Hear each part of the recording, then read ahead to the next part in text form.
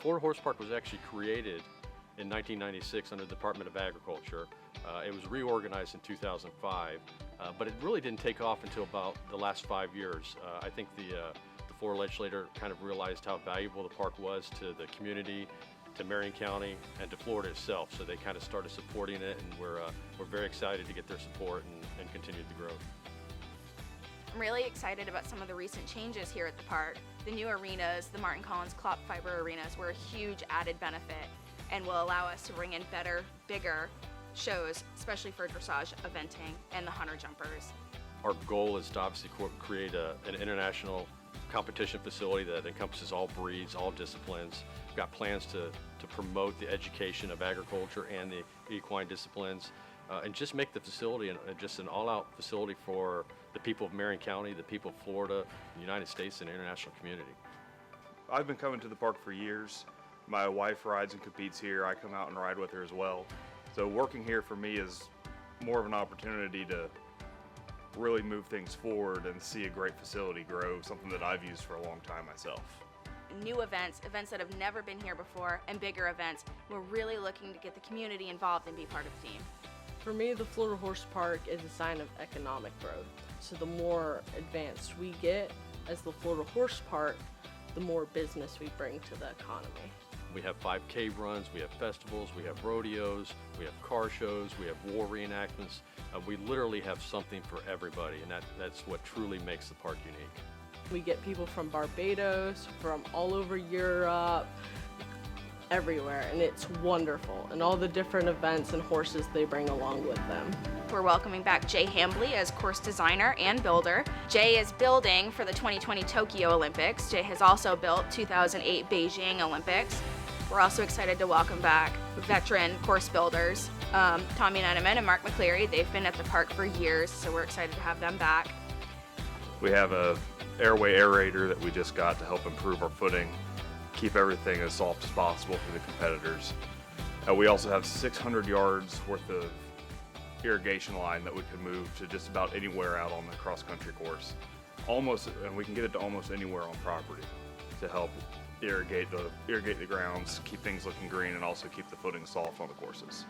We really encourage spectators to come out for every show, but especially the eventing shows. It's basically the triathlon, but for horses. We have 3 different phases: dressage, show jumping, cross country. Saturdays are the best day to come because all 3 phases are running and you can see a little bit of everything.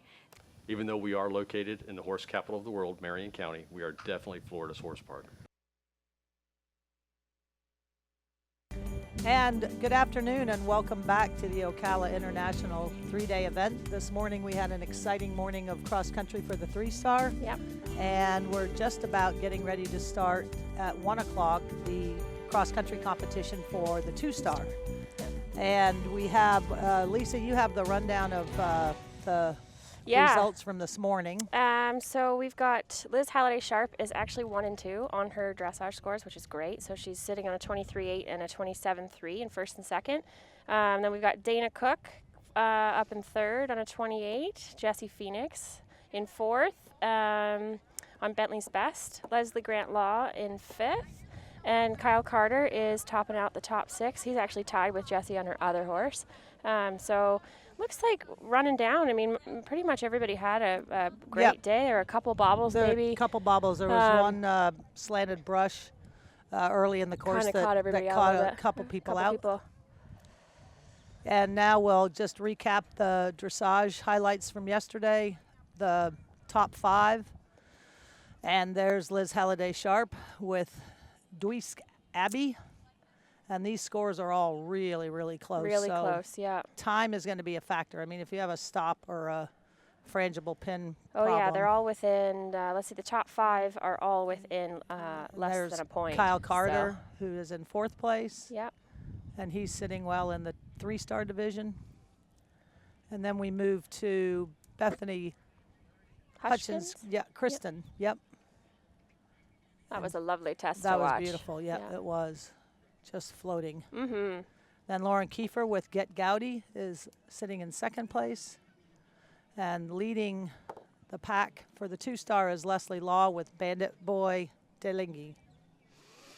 So it was a good day yesterday of dressage. It was, Got and some nice marks, sub 30 scores. exactly. And then a good morning at cross country. So hopefully we have another good outing here in the 2-star. Yeah, I mean the clouds are rolling in a little bit, and we have a breeze, even though it's pretty warm. a little bit warm, but we are not complaining. No, absolutely not. It's a beautiful day here at the park. And we just hope that the horses, I was saying earlier, the CCI long is another 2 minutes almost on their normal cross country course. So hopefully they recover well in the heat, and we keep a little cloud cover. exactly, we It's gonna will be a good day. We'll check be back. in soon.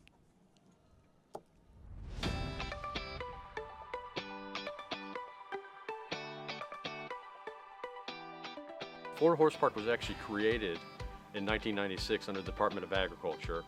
It was reorganized in 2005, but it really didn't take off until about the last 5 years. I think the Florida legislature kind of realized how valuable the park was to the community, to Marion County, and to Florida itself. So they kind of started supporting it, and we're very excited to get their support and continue the growth. I'm really excited about some of the recent changes here at the park. The new arenas, the Martin Collins Klopp Fiber arenas, were a huge added benefit and will allow us to bring in better, bigger shows, especially for dressage, eventing, and the hunter jumpers. Our goal is to obviously create an international competition facility that encompasses all breeds, all disciplines. We've got plans to promote the education of agriculture and the equine disciplines, and just make the facility just an all-out facility for the people of Marion County, the people of Florida, the United States, and the international community. I've been coming to the park for years. My wife rides and competes here. I come out and ride with her as well. So working here for me is more of an opportunity to really move things forward and see a great facility grow, something that I've used for a long time myself. New events that have never been here before, and bigger events. We're really looking to get the community involved and be part of the team. For me, the Florida Horse Park is a sign of economic growth. So the more advanced we get as the Florida Horse Park, the more business we bring to the economy. We have 5K runs, we have festivals, we have rodeos, we have car shows, we have war reenactments.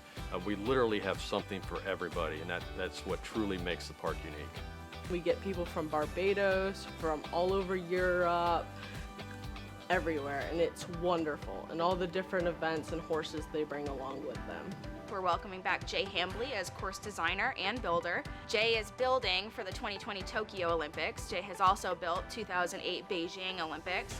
We're also excited to welcome back veteran course builders, Tommy Neneman and Mark McCleary. They've been at the park for years, so we're excited to have them back. We have a airway aerator that we just got to help improve our footing, keep everything as soft as possible for the competitors. We also have 600 yards worth of irrigation line that we can move to just about anywhere out on the cross-country course. And we can get it to almost anywhere on property to help irrigate the grounds, keep things looking green, and also keep the footing soft on the courses. We really encourage spectators to come out for every show, but especially the eventing shows. It's basically the triathlon, but for horses. We have 3 different phases: dressage, show jumping, cross country. Saturdays are the best day to come because all 3 phases are running and you can see a little bit of everything. Even though we are located in the horse capital of the world, Marion County, we are definitely Florida's horse park.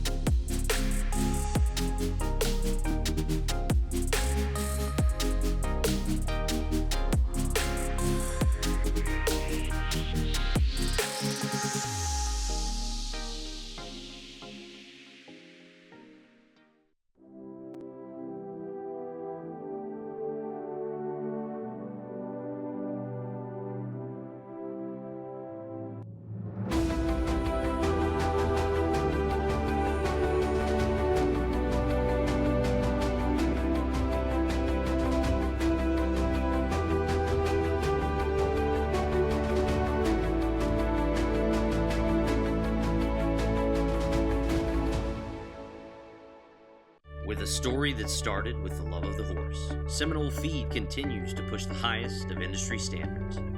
Manufactured in the horse capital of the world, our equine-only mill in Ocala provides the safety and quality our horse customers have come to know and expect since we began in 1934. Performance for you means a horse that's happy and healthy. Seminole Feed, the world's best equine feed.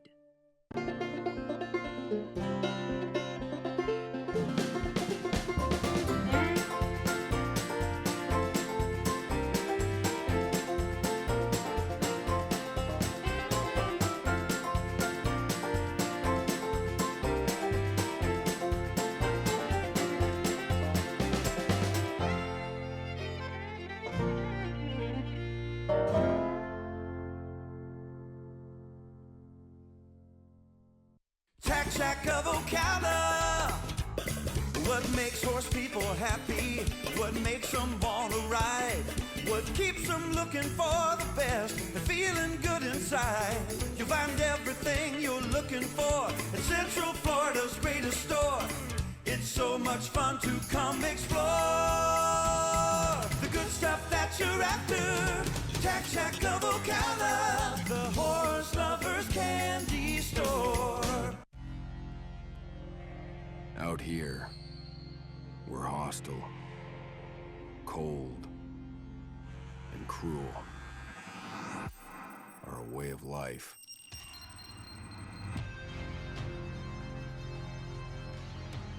There's no better way to live.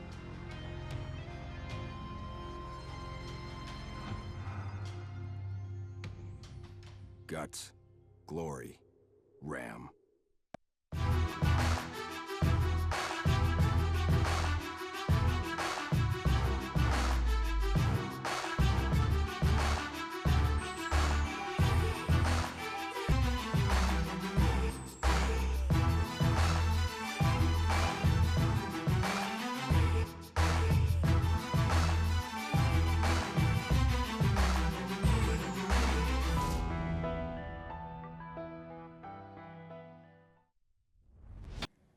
And welcome back to the Ocala International 3-day event. This morning we had the 3-star cross country. This afternoon we are having the 2-star cross country.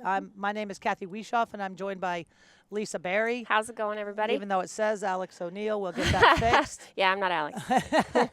He's a cool guy, but it's not me. And that's okay, no worries. And so we're just getting ready for a 1 o'clock start, which it is about now. Pretty close, yeah. Making sure the fence judges are all in place and the radio checks are happening, and soon we will have a first horse on course, and the first horse on course is De Nova, ridden by Nilson Da Silva. Yep, and we're looking at the length of the course today is just a little over 7 minutes, and speed here we're doing 520 meters per minute, like normal.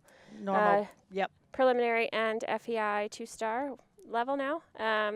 So it's a hot day today. Hopefully the horses are going to be able to get through that 7-minute track and recover pretty well. There's a whole lot of cooling stations going on back at the barn. They set up one place right underneath one of the barns that doesn't have any stalls in it. So perfect, so they've got shade out of the sun. Yep. And it looks like we have our first horse on course. Excellent. Now. So Nilson is from Brazil, and I think he's probably jumped the first fence by now. We might have missed it. And to the second.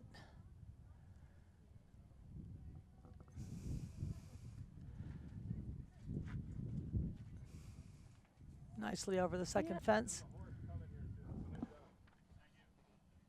And the second and third fences are quite close together, which is great because it lets you land and just keep on coming. Yeah, I was going to say I haven't walked this track, so this will be the first time I get to see some of what's going on out there. Then they come around the turn and jump this nice, also forward triple, what do they call that? Double roll brush. Yep. And then right away to the wagon. It's a little snaky through the trees, so you've got to really own your line and know where you're going. And they jump over that. They do land on land. And then down into the water. And then into the water and out over a boathouse in the water. And that's an A-B combination. So penalized at either of those obstacles would, then you have to make the decision, am I going to jump both of them or just one of them again? And in that instance, if you had to stop at the second one, you just jump the second one again. Nice forward turn. I love this fence here because you just gallop across the field. It's right behind us. And when the camera's not on us, we can turn around and look at it. Exactly. But you can just keep coming to the Seminole wagon. And then they have their second combination on the course, the Shelter to the Chevron. And the Chevron was shared by the intermediate. So even though it has to be, it's a decent size. It's maximum size for the 2-star. And there he is over the first element A. You have a little terrain down, up, and nicely out over the Chevron. So the Chevron is their first kind of skinny question, where you're going to check in your horse's accuracy to see how straight he is today. Normally in the warm-up you'd angle something, or they might have a skinny question in the warm-up for you to check in with that. Then they have a nice go around kind of through the banks and jump this bunker, and then a long downhill gallop to the Seminole Corners cabins. And years ago, they used to have corners in that little place. Oh, yeah, that's right. Remember? That's right. And it was always decorated by the feed bags that are on fence number 6. And but it's a long gallop down there where you can kind of catch your breath. We were talking earlier. This course is 2 minutes longer than normal horse trials courses, or a CCI short. So the long gallops in between let the horses kind of catch their breath. We're debating flat is good, or hilly might be better, because if you get downhills, you can get a little roll, more catching the breath. So. And it looks like we've got our second rider of the day. This is Lauren Kiefer with Get Gowdy, and she looks to be coming to the second jump there. A little careful. But again, because these two are related, and these are young horses doing their first probably CCI long format. Yeah.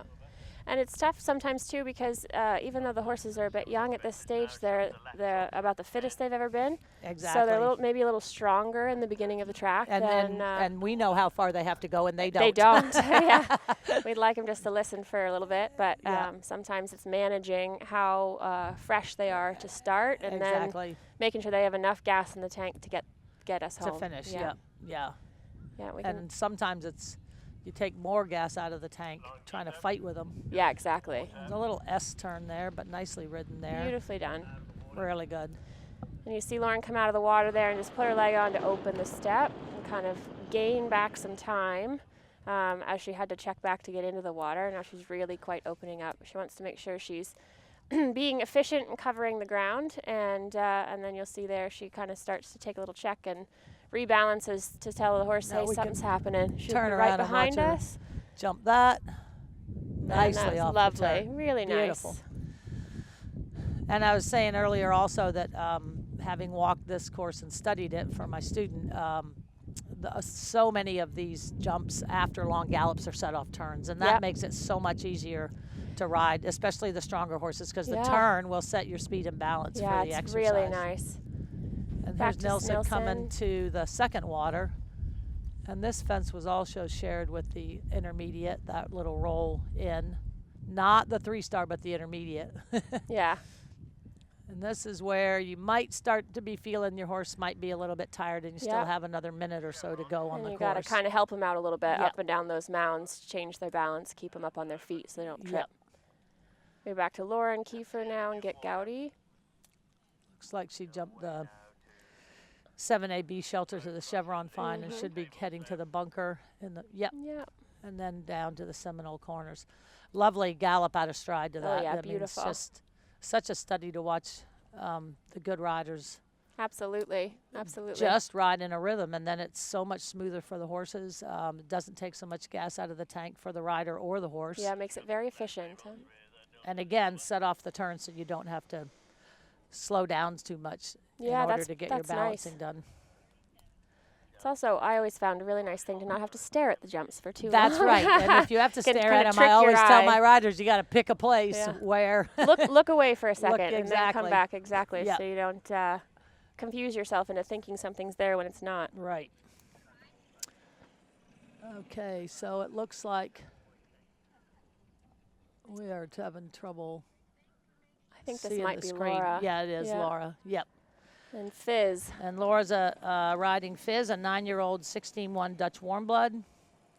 I She's think the through fence 3 thoroughbreds are there. going to have a little bit better day. Yeah, I think so too fitness-wise with the today. heat today.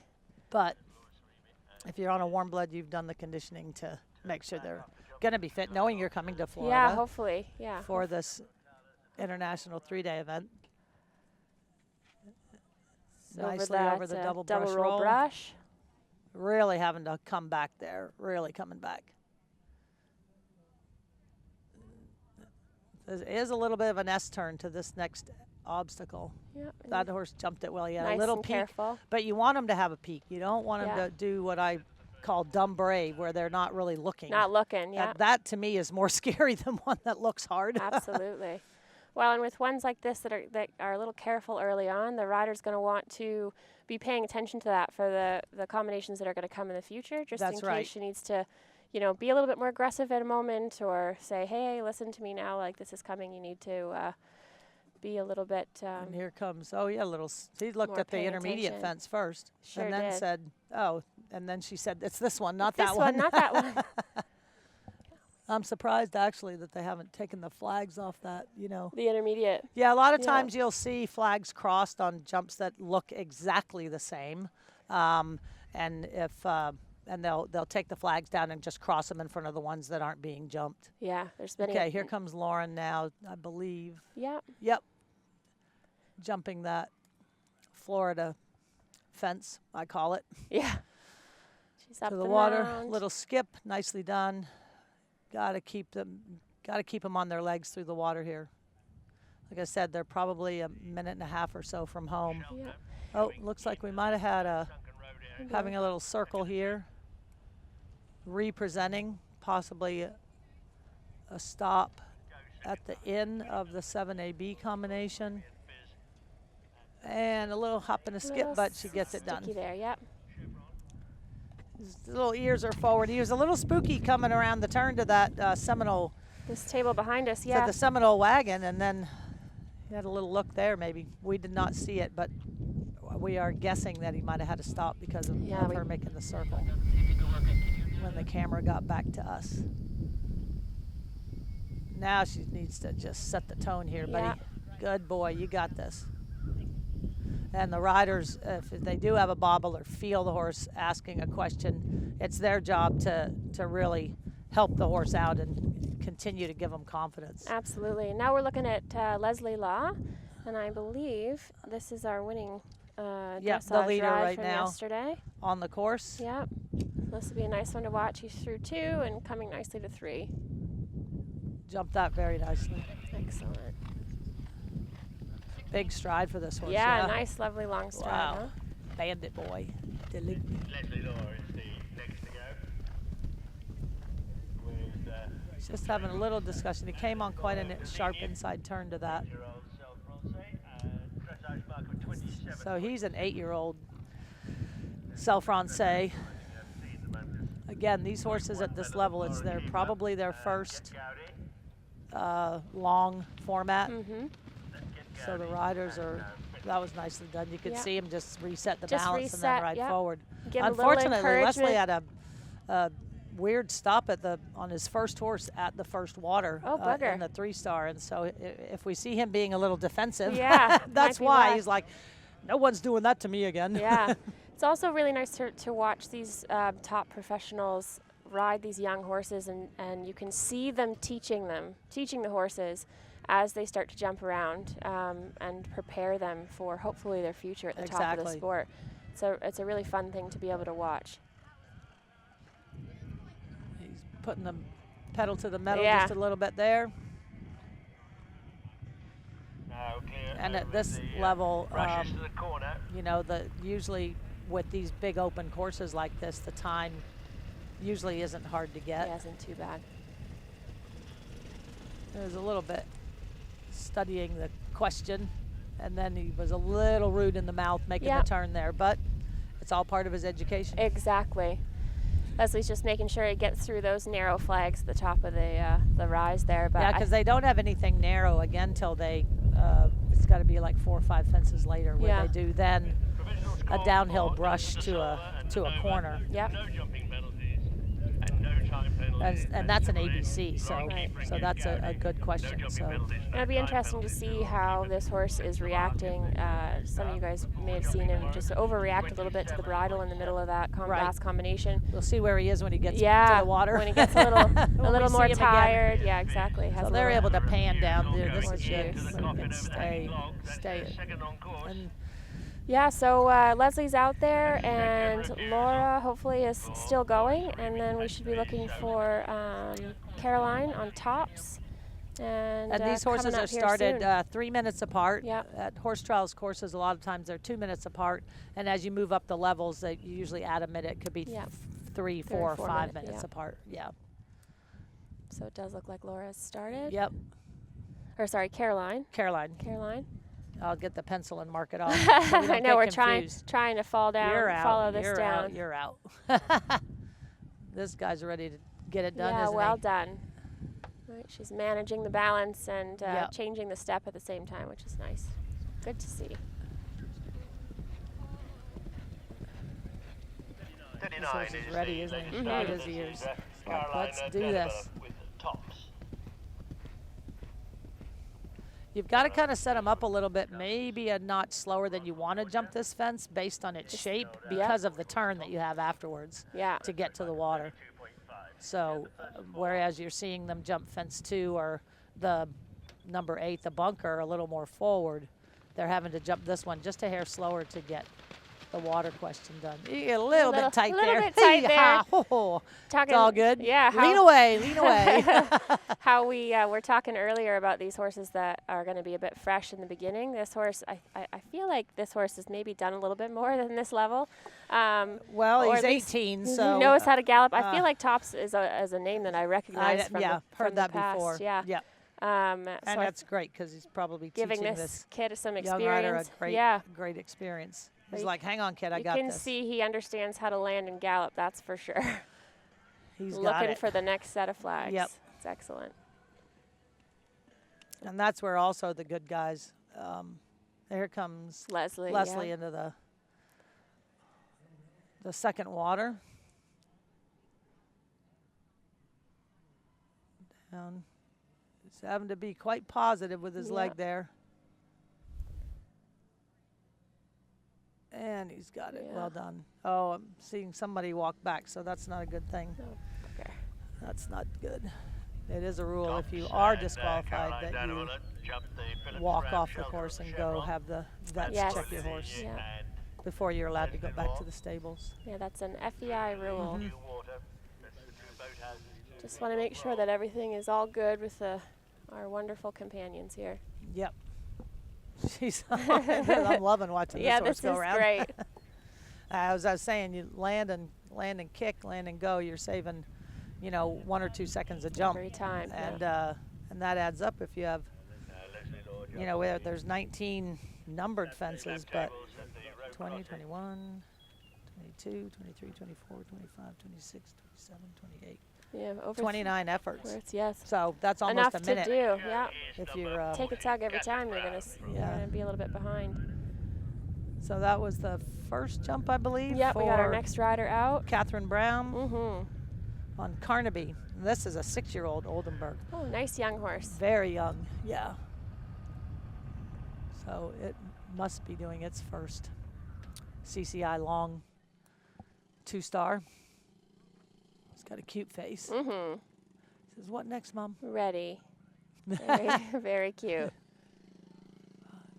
So that's kind of going in 7 or 8. 7 or 8, and I don't know that I walked it. It's one of those things where it's too high to count, and I'd get lost. And then I'd mess myself up. I hear ya. In show jumping, not so much, but on cross country with the length of stride that some of the horses have, depending on how they leave the ground and land, sometimes it's better to ride that number of strides off your eye. Yeah. Jump the double brush roll nicely. He looks like a pretty easy ride. He's just kind of, lovely said, come young on. horse. Yeah. Yeah. Just giving him a good ride here, great experience, support with her leg there to help him get out over that little cabin that's in the water there. Yep, now she's coming around behind us. Gallop past the stables. You can hear the footfalls. Again, he just looks like he's little turn. He's like, you got to turn here now, dude. Okay, I got it, Mom. Good no job. problem. The it's quite a tight it's turn. Quite a tight turn. It's a tighter turn than the 2-star and the intermediate had. Yeah, I mean 3-star and the intermediate had. Sure is. It looks way tighter on the screen here than it does behind us. But even behind us, it looks quite tight. Especially since they're then off heading the other direction. If you come around the turn and do a little bit right to left, it's not so bad. But knowing that you got to go back to the right, you got to actually as well jump it perpendicular. Exactly. Comes tops to show us how to do the water jump. Second water. Full running though. Sure does. Nice and fresh. He's, like I said, hang on, kid. Right. It's about the most bold we've seen there. Yeah. Got a little tight, but again, the face of the fence was very forgiving. Yeah, and with a little bit of a mound like that, it helps their balance pop up. So generally, the distance hopefully doesn't matter too much. No matter what distance you get, you're going to be successful. Yeah, exactly. Yeah. Those mounds can be intimidating to some riders, but they're actually really great for the balance of the horse. Exactly. So, it kind of does your work for you. Exactly. Yep. Exactly. Just 0.1 ahead of Lauren Kiefer. All right. So Catherine's going around to the angled cabins, or the Seminole corner cabins. You just got to hold your line here, and then, the questions that were asked. Okay, now we have our next out on course. Becky Staden. Is that right? Yep, riding Bellezza or Bellezza. Bellezza. An 8-year-old. Thoroughbred. Okay. Thoroughbred. Right. She's got looks like she's greased her horse. You'll see that sometimes where there's an event grease that you can put on. So if they were to brush the fence a little bit, the horses would kind of slide over. Right through. Yep. And thank God nowadays they have a kind that washes off. I remember when I was doing it was the worst. Vaseline or Crisco. Oh my gosh, the Crisco. I remember the Crisco. Awful. It's like the worst. If you didn't pack the right kind of soap, you were in trouble. You would be washing that out of your horse's tail for 2 months afterwards. Yeah. Oh, nice push up to that. That was great. Good forward little stumble distance. on the landing. I've seen a couple horses do that. Yeah. And Tom's jumped crazy railing brushes at 18. But you land defensively, you're good. Just have the 1 to go. Nice and brave. Jump the brushes. It's getting a little Rambo action going there. It's all good. Get her done. Yeah, exactly. And you can see that she rode that a little bit more on the bend, on the turn. A few of the other guys earlier on in the course did a little bit more direct. Yep. And that's just going to show you the experience of the rider and the horse, either together or what that particular horse needs. But exactly. Little spook on the turn. Yep.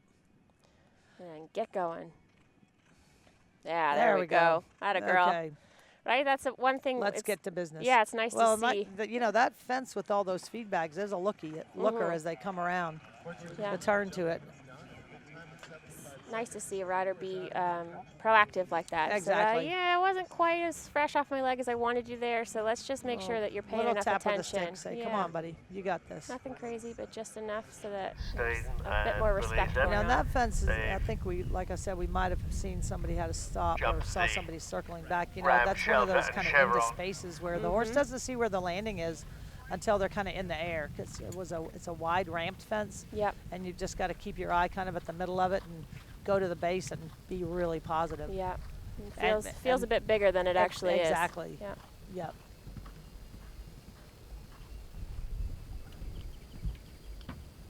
There we go. Now she's in the groove. And it's nice that fence number 8 is the same sort of shape as the cabins, so they've jumped one of those, and then they have to do a little bit of a bending line or an angled line, staying straight. Again, appropriate for the level. We're just getting used to where the panning's going here. Yep. I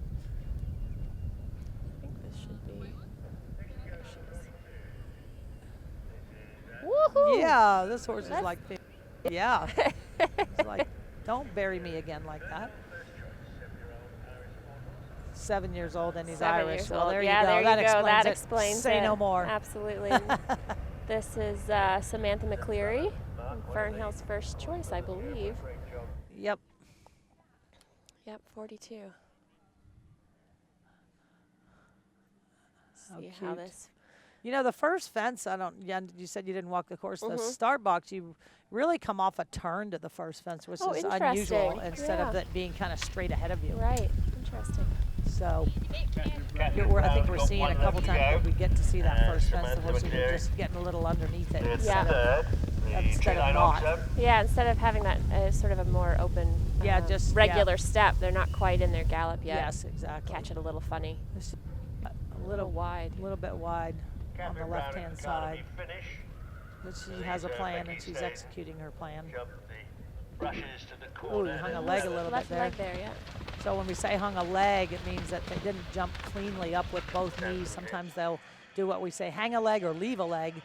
If it catches on the fence, it can be a little worrisome to the rider because it gets the horse off balance enough that you've got to, hopefully all 4 feet come down. Mm-hmm. Coming up behind us here.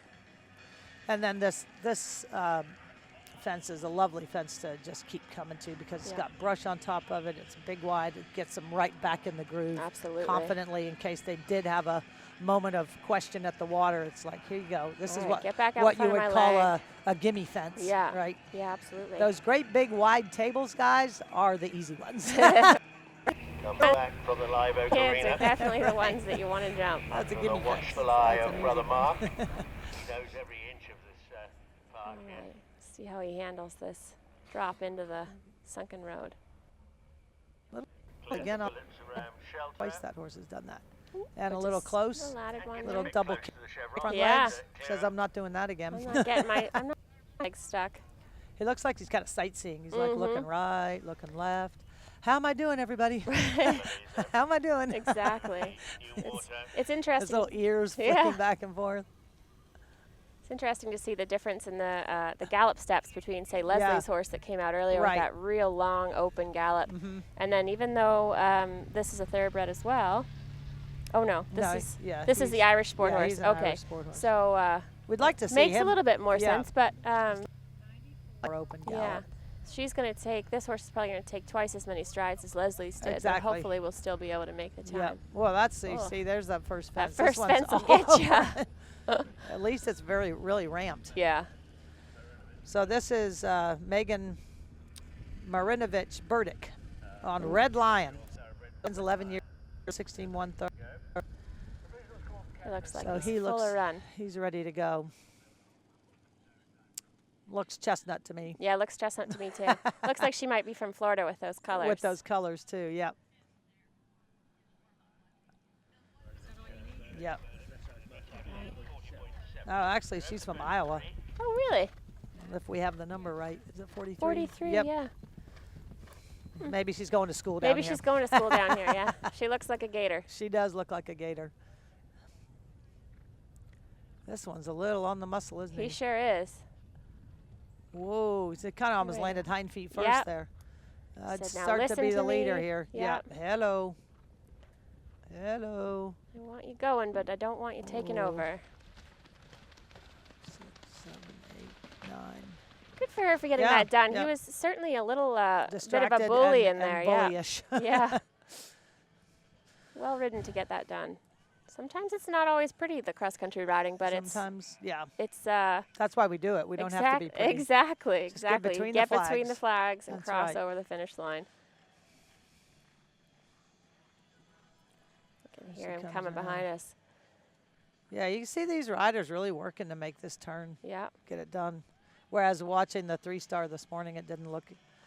I mean, again, this is a sharper turn. Or they're going 30 meters a minute slower than Slower, the. But at the same time, I'll bet every single horse going through that turn, be it 2-star or 3-star, is going through that turn at the same speed. Relative, yeah, absolutely. So it's just by virtue of the fact that that turn is shorter that it's looking a little rougher. Yep. Well, and also probably the experience level of the horses, minimum, and obviously some of the riders now at this point too. Whoa! Woo. It'll be interesting. Oh, she gave him a pat. Yeah, I mean, I don't know if I'd have done that. Well, say, come on, dude. That's like 50% one way and 50% the other, right? The horse did the job, but it definitely took over. Yeah. So, hold on, hang on, chin You're up, almost chin done. up. You got it. There we go. You'll see that often. So that was Becky Staden, I believe, on Beleza. Yeah. Yep. Yeah. A little bobble in the water when the horses get a little bit more tired. And/or the riders. And/or the riders. Yep. Yeah, it's a little. The riders are like, going holy on. moly, how much further have I got to go? Exactly. And it's at that point that you've got to be fit.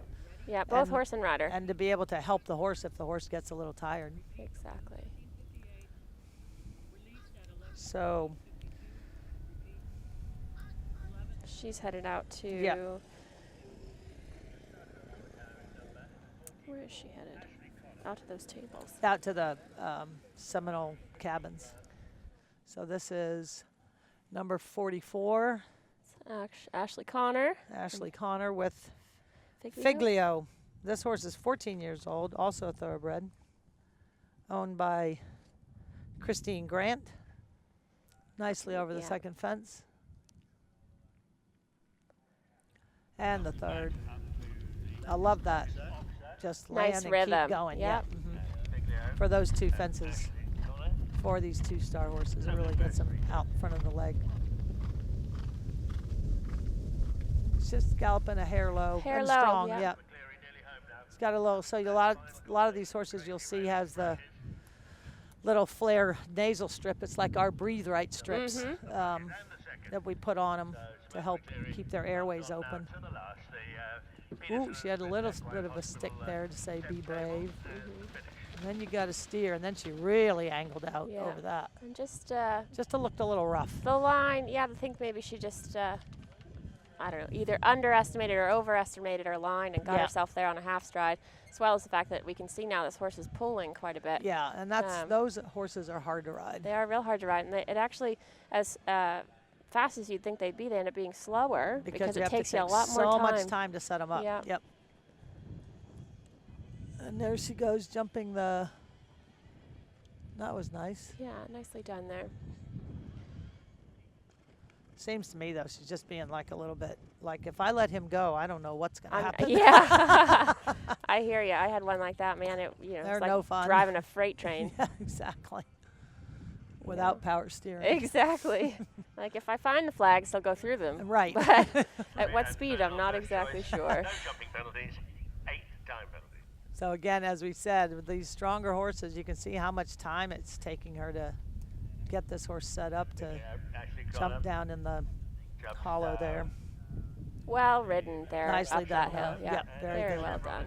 And again, that little bump, that little hill just sets the balance. It's very forgiving no matter what distance you get to the brush. Whoa, yeah, we're good. We're good. This is that, yeah. A little bit behind the motion there with her Just body. a little bit, yeah. Would have loved to have seen her just be a little bit more, just keep the support, but a Right. little bit softer in her body so it didn't kind of get so behind the motion. He looks there. like he's still just Still pulling off, pulling, running yeah. off with her. Newly prepared ground to the And that's the Red Lion horse, isn't it? Yep. Is that correct? Yep. Yeah. the gap and Now we're back road crossing slab to Ashley. Yep. And we have a new starter, which is Davina Mottershead. Oh man, she's riding on it. The name of this horse is Your Next Big Win. I like that. I mean, she's looking like she wants to win the 7-year-old. race. She's getting moving there, isn't she? Yep, 16-hand thoroughbred, ridden by the owner.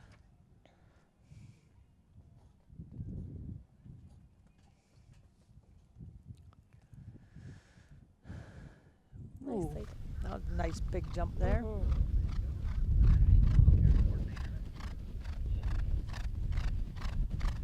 This horse is on the move. Yeah. Ready to rock. She's The thing that I like about that, though, is to watch her get the horse out in front of her leg, Yep. but then he seems to be, so far, pretty respectful of when she says, hey, come here, but let's very pay rideable. attention. Yeah.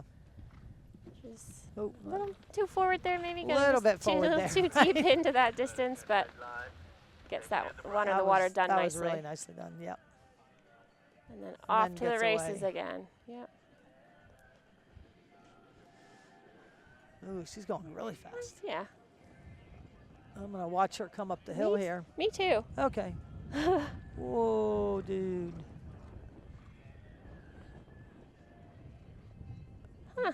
Well, she did it. She It's got all it good. done. Yeah. This is It'll be gonna interesting to see. To me, in my opinion, she's galloping this horse way too fast. Yeah, I was just You gonna know, say. there's a stumble there, Yeah. and it's like, you know, Flying in this early part of the course. yeah, flying. Got We just it, heard got the it. announcer say Flying, that. Flying. Got to be careful too. Yeah, because you can just wear them out. wear them out, and you know you look at injuries too when you get going too Yep. fast and they have a bobble like that. So Yeah. although you want to go quick in between to make the time, Yeah. quick in between the fences to make the time, you got to be Rhythm is careful. important. Yeah, Yeah. you got to be careful with that. So hopefully, It'll be interesting. I'd like to.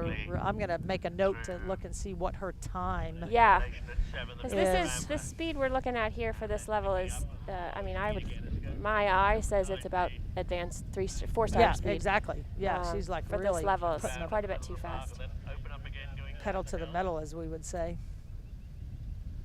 She's going for her next big win. Holy moly! No pun intended. No, actually, I did intend that. Okay, so now we should have Connor Ashley. Ashley Connor. Yep. Ashley, sorry, I read it backwards. Yeah, I read well- it the way it was. Ashley Connor Yep. coming to the Florida fence, and then the second water.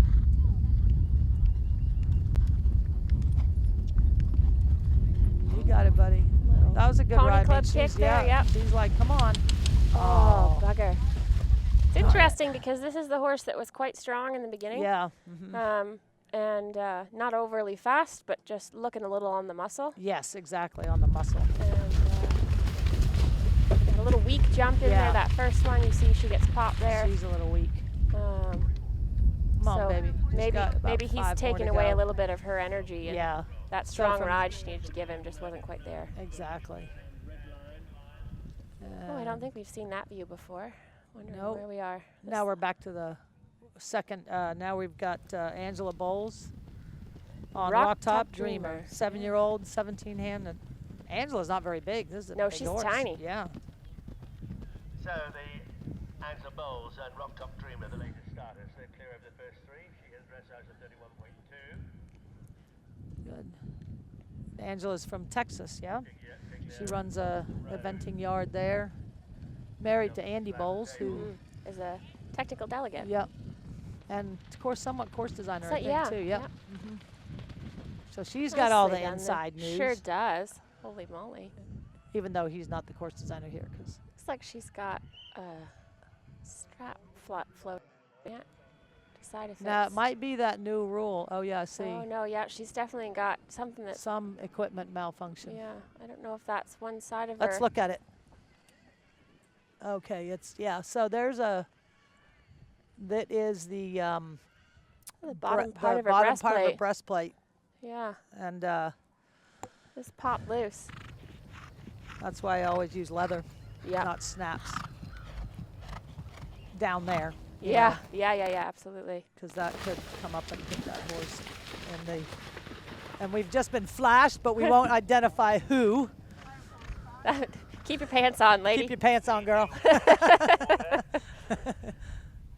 Oh, Going ouch, very quickly ouch. as they go out. And we've Oh, had, unfortunately, we've had a little fall of rider there. Seems as though she stood up okay. Hopefully the horse Yeah, is okay as I well. think it is. Yeah. It's got almost a little high center on that fence, so hopefully when things like that happen, it's tough to kind of know whether you should Yep. add some leg or sit Exactly. and say, okay, Yep. what do we need to do? And unfortunately, that horse just came galloping past us over there. I don't think that was hers. Oh, it wasn't? No, Maybe it was somebody coming else? from somewhere else. Well, somebody else has We're lost having a good horse. time here. It's getting exciting here at the 2-star. Anyway, I'm just going to say this for the record. That piece of equipment was broken. Yep. Was it distracting the horse? Yeah. it's At hard the to end say. of the day, was some higher power looking out for her that didn't catch on a jump when Yeah. she was jumping it. Yeah. So unfortunately, she had a fall there. It Yep. looked like it was the horse stopped. Yeah. Was now it we little? have another Oh my horse. gosh! Now we got another one. Oh, I'm gonna hide my hand. Poor Kathy's broken My fingers. broken fingers. Yeah. It's an exciting All moment. right, we have now. someone Now else we on got course. Let's somebody just on move course. on. We're just going to ignore what's going on in the foreground here and get back to the cameras we got. So anyway, looks this like is it might be Caroline Martin. Yeah. Anyway, that's all I'm going to say about that. I think, yeah, it's possible. I think it's probably a good thing that happened, unfortunately, yeah, to Angela. hopefully they're both okay. And they'll be back for another day. Yeah. And there's Caroline over the second fence. This horse had a lovely dressage test yesterday. Very active mover. And we've just heard that the rider is up and walking, Angela, and seems to be okay. So that's good news. Caroline's got a hold of this guy. He's quite strong too. Yeah, he looks ready to go. Oh, and he's got a great jump, huh? Yeah. She rides him in a shadow roll too, and I was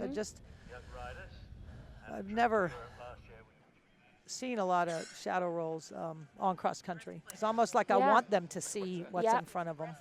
And there we've got a little picture of of Angela Bowles and her horse up safely walking around. So that's good. Looks like she's there with Lisa Castanella, Yep. one of our local One of the vets. So check in with the horse. Have a little check-in and make sure everything's going all right. And Yep. now we've panned back to Caroline Martin. is through the water, and she's coming up towards us now. And as you were saying, Kathy, I haven't seen a lot of horses go in a shadow roll cross country. Yeah.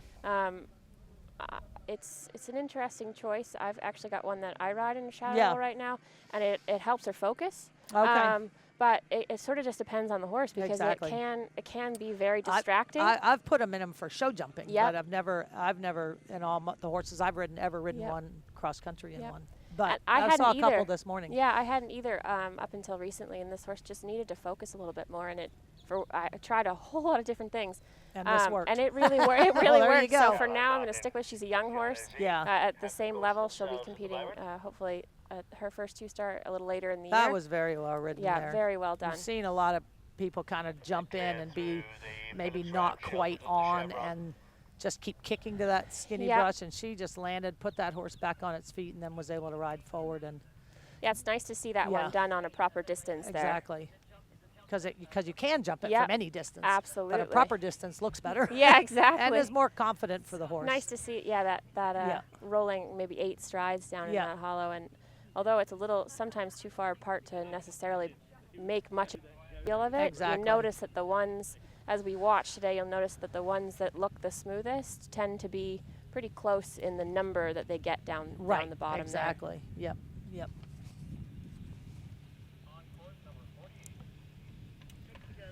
So they would never get to see those angled cabins. So we're going back to the first fence, and it should be number 48, Claire Howard. I don't know why they do this in reverse. Yeah, trying to read it fast, and the first name is on Eurostar. Our paper here is listed last name first, so that's why I kept reading it wrong. Getting it I backwards. apologize in advance to anyone. This is a 10-year-old warm blood owned by Claire Howard. He's like, I got this, Mom. Look at his little ears. Cute look. Very cute. Very sweet looking. That's going really nicely. Yeah, in nice 8 strides. easy step there. Yep.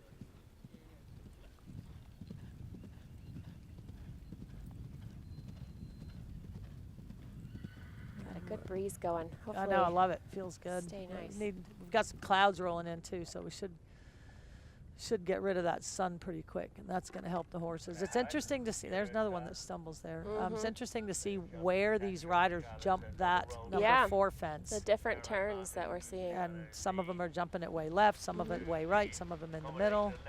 That was a nice little S-turn and very clever pony. Like Said, I think I'll just boot. pat the ground there. Yeah, I think she lost a little bell boot there. It was. Okay. It was interesting to see there that this horse is sweet and kind, but almost a little careful there in the water. So we'll see how it goes. There he is, coming around the see them turn. behind us there. Well done right off the turn. That's so the word we were talking earlier is getting back that maybe slow down a little more and you can come forward through the turn. I've seen the last few riders make that turn a little nicer. Yeah, rather than coming real forward to the turn, slowing in the apex of the turn and then kind of being on a weird distance to that line. They're doing their homework early. We're back Caroline to Caroline. at the second water. She knew where she was there. And you can see her experience riding coming into play there, helping that young horse kind of figure out where his feet are, regardless of how athletic he's acting there. Yeah. She's helping him out. All right, so what are we doing here? Looks like we've had a little question going on at maybe the skinny coming out of the Sunken skinny. Road. It looks like she's getting a reapproach. And there she is.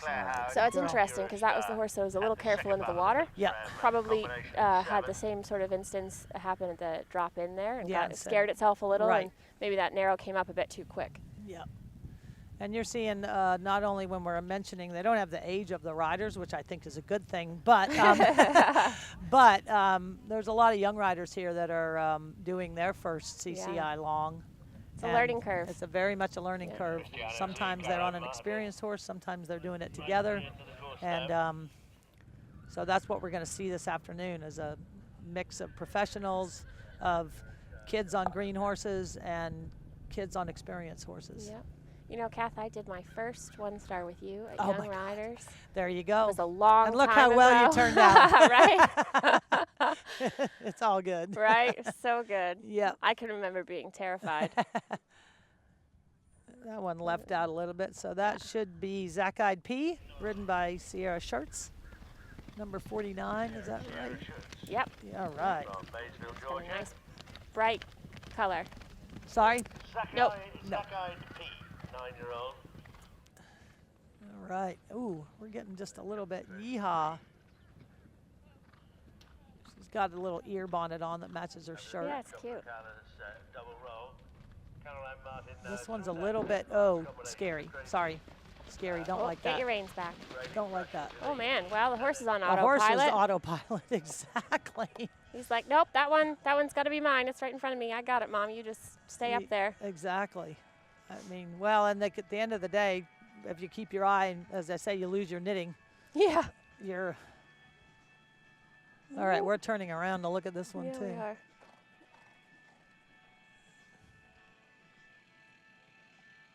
Well, there you go. Yeah, the turn helped her. Turn certainly helped. Yeah. Yeah, that was a little scary in that first element into the water. He left that one leg way back and was way too fast.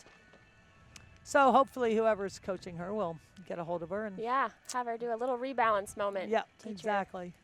Rock the horse's back. You got to come out here and you got to make the mistakes. You don't get hurt and and learn from them.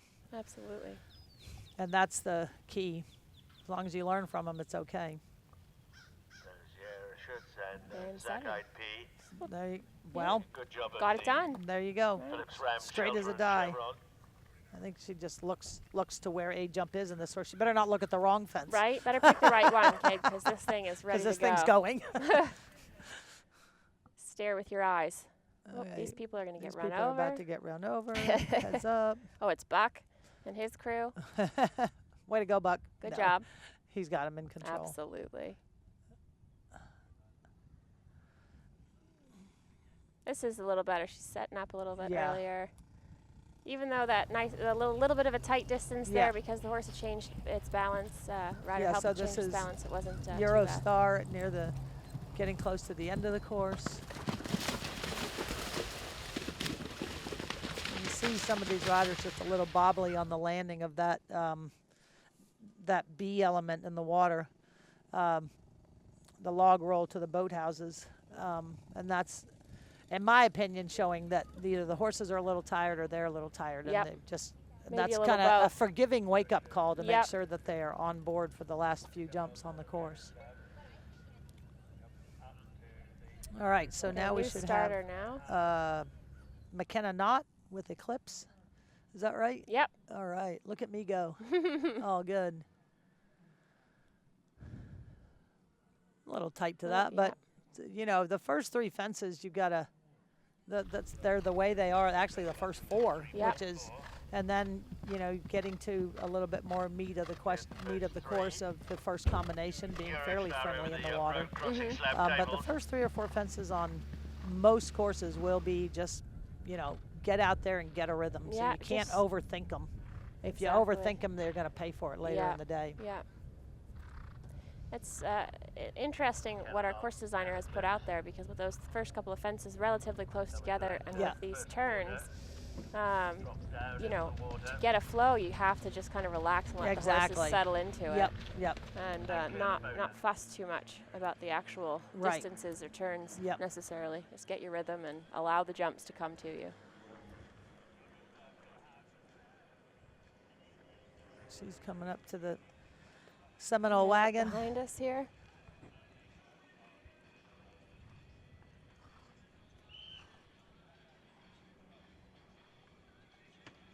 No, it's just working really nicely. I thought that was really well done there. You could see as she started to come to the turn, she had a little check and rebalance, and then she was just like a sports car. You shift, push through the turn, and find a nice forward, deeper distance to Let's see how this guy's settled. Ooh, it's just not pretty. I'm sorry, that was just like a little bit. Hold your breath. It's a little, a little iffy. All over the place. All over the map. More consistent. Yeah. They're just kind of looking at that a little bit. Now, and you know, he got his eyes on the corner. Yep. And as a rider, you've got to jump something and put your eyes where you're going to go, and don't look at the other fences, because that horse, not that I don't know that she did, but he was like, and am I doing this or this or this? Which one? Which one? You need to be real clear. Exactly. McKenna gave this horse a real nice ride, though, up to that. Pressed him right up to that narrow, give him an experience there. And when they're coming around that turn to that one fence, I'm thinking they're jumping it, and then I get because they both look the same. Yep. My eyes are deceiving me. All right, so she's headed out to the back part of the course now. We've got Kendall Lahari starting next on Audacious. And we should be seeing, oh, here she comes. All right, cool. All right, Lisa, I am going to have to leave you and go coach my kids. So good luck. I think I'm here. Hannah Sue's coming at 2 o'clock, so you got to wing it by yourself for a few minutes. I can wing it by myself for a couple of minutes. It'll be all right. All righty. Thanks, guys. Have a good Thanks day. for Good luck to tuning your in. kid, Kathy. Thanks. We'll talk to you guys later. Absolutely. All right, so we got Kendall giving this nice young horse a bold ride into these first couple of jumps. We'll see how she gets him into the next combination, which is going to be the water jump. Final combination at 18 and runs on to the last, the Peterson and Smith Equine Hospital step table. It's got just a couple of these opening jumps first. That's number 4.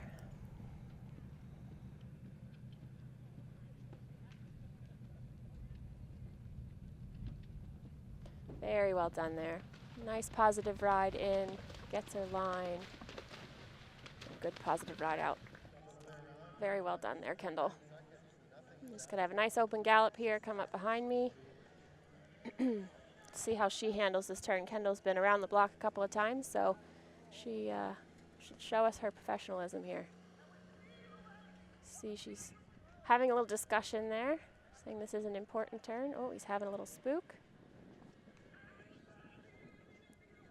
Yeah, and she gets it done. Very good. So sometimes when you know, more professional riders are on these young horses, as you come around to that Seminole feed table right behind us, there's quite a lot to look at. They're galloping towards the barns, there's dressage going on, there's show jumping going on. It can be really distracting for these young horses, so it's nice to see Kendall be able to give that horse a good positive ride and say, nope, this is exactly where you're going. And hopefully he'll gain some experience out of this ride today. We're back to McKenna. Looks like she's headed to the second water. Good ride there.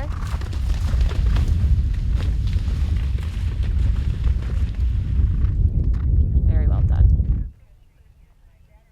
Audacious by the banks. Kendall's horse seems to be full of running there, still having quite enough juice in the tank. So hopefully as he continues through this track and gains some bit more experience, Kendall will get him to settle down a little bit, and we'll see how he fares towards the end of the course.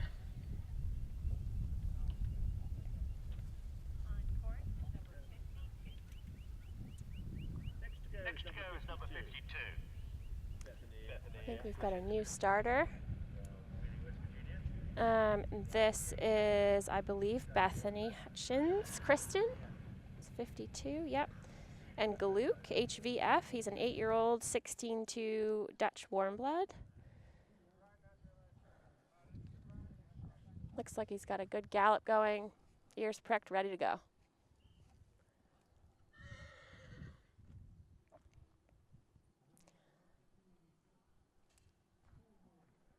And like Kathy and I were saying a little earlier, see how she just had that nice rhythm through those first 3 fences, didn't make any of them too big of a deal, and just sort of picked them off. It's a great start to this track.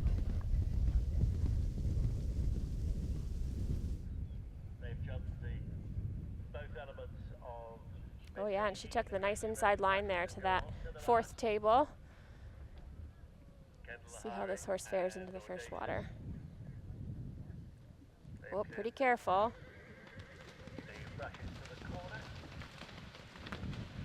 Careful there as well. She's going to want to, give him some encouragement, get him out in front of her leg again, and keep that in the back of her mind for the combinations that are coming up later on in the track. So although he's got a great gallop and those first few fences were good, he's certainly looking to be a little either green or spooky. Definitely careful into that first water. See her prep well for this turn, and then forward out of the turn. Really nicely done there.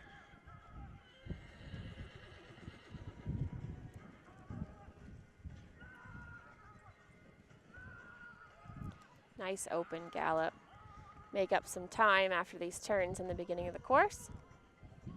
And seeing how he was careful into the water, I hope that she gives him a nice positive ride here into this sunken road. Penalties at 4.4 time. But these are provisional scores, only to the extent that they are not the official ones. They have to be confirmed on the scoreboard, but I'm sure they're going to prove just added maybe one too many there, but showed the horse exactly where it was going and was able to get him through those flags in the narrow and on her way to the next. Quite rapidly across towards the bunker from the chevron.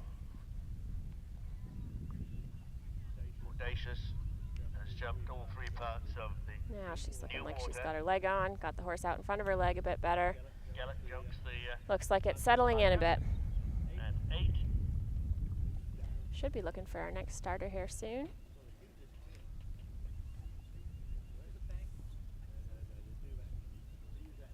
She seems to be taking a wide turn there.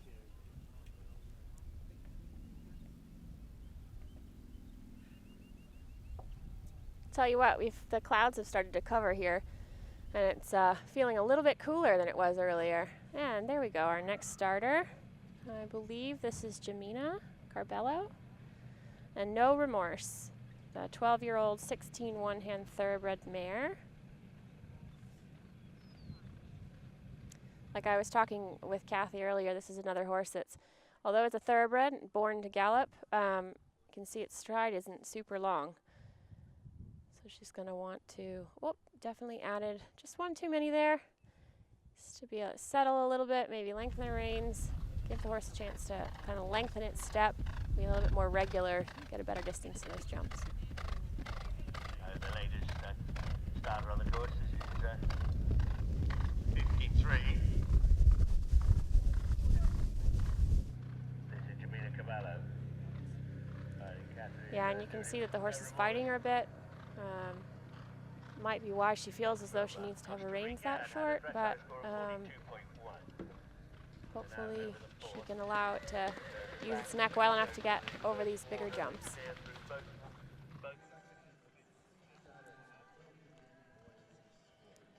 There we go. That's looking a little better. Nice long gallop, let him open his step up. Coming up behind me now. Having definitely a discussion about this turn.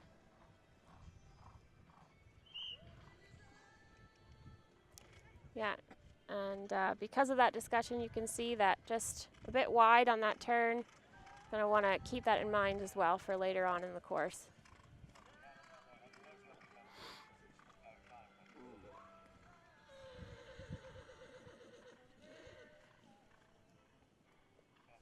Kirsten and Gallup have jumped the coffin. All right, looks like she's got herself reorganized now. Remorse. Just steadying down for the first part of the Phillips Yeah. Ram, the shelter, downhill She definitely shelter. needs to give this horse a little bit more room with The its left front end turn, and up its the back. head and neck. And clear Needs to over be the able to chevron feel as like well. it can bascule over the jumps a bit better. It'll be interesting to see how tired it is tomorrow for the show jumping. Like it's back from having to go Gallop. a little bit too inverted over some of these jumps. New water.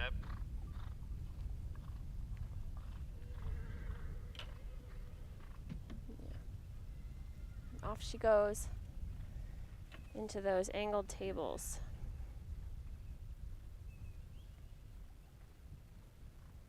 We should be getting ready for our next starter here, which will be Maddie, McElduff, and Tupelo. Young rider starting out here pretty soon. Gallop over. There she is.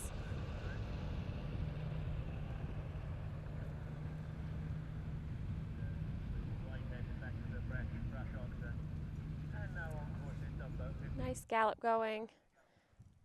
I don't know this horse very well, but it's 10 years old, 16-2. It's a Trakehner. I think Maddie's been riding at this level for a little while now, so we'll see how she fares in today's course in 2-star. Whoops, oh bugger. You can see there, she just had a little bit too forward of a distance, and the horse, as like Kathy and I were talking about earlier, sort of hung one of its legs. The distance was a bit funny. And if you guys notice, those poles came down. That open oxer jump there was either on MIM clips or pins, which are meant for safety for these horses and riders. And hopefully Maddie pops back up and will be just fine. It's an unfortunate thing to have a fall that early in the course, but you know, it's one of those things where she had a lovely start and unfortunately just was on a bit of a half stride to that distance, and the horse left its leg and just popped through those poles. Now, the nice part about the frangible pins or the MIM clips is that they save horses from having rotational falls, which can be obviously very dangerous for both horse and rider. So our new course designs and course builders, we're so thankful as riders and coaches to be able to have that kind of technology, and it keeps all of us a bit safer when, you know, silly things happen. It's cross country. It's never going to be perfect. It's never always going to be pretty. So it's nice to know that we can have some safety.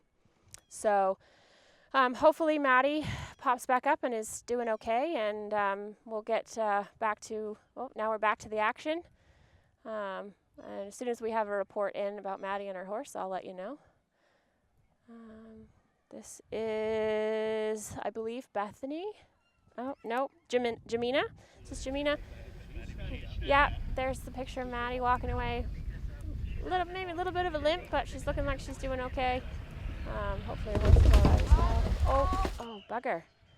We're just having a little bit of a rough go here. Not sure who that was that just popped off in the water. 53. Oh, Jamina. Yeah. So unfortunately, Jamina has had a fall. Both of the horse and rider look okay, and unfortunately, I kind of foresaw something about that happening. Just not quite the smoothest round that we were looking for today, but luckily both horse and rider are up and okay, and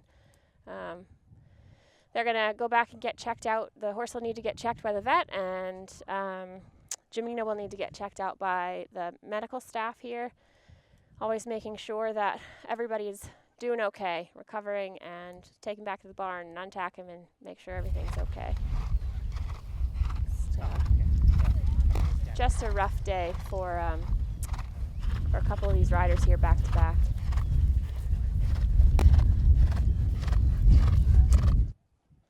All right, so we might have a little bit of a break here while we wait for our next starter.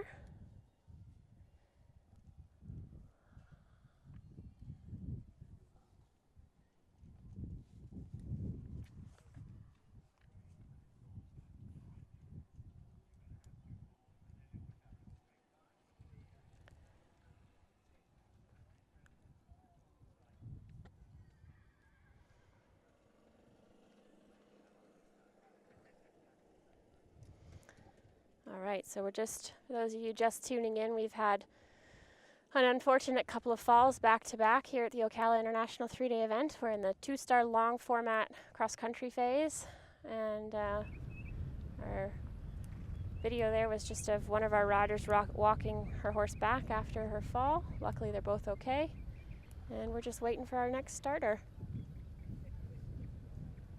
It's definitely unfortunate to have multiple horses at the same time, multiple horse and rider combinations at the same time. I have a little bit of trouble, and it's part of the sport. It's what happens. Luckily, they're both okay, and we're just gonna wait for the next one to come out. We're gonna be looking for Manon Davidson, number 55, and her horse Cooley Kildare. Hopefully, we'll get the action started back here for you guys in just a little bit.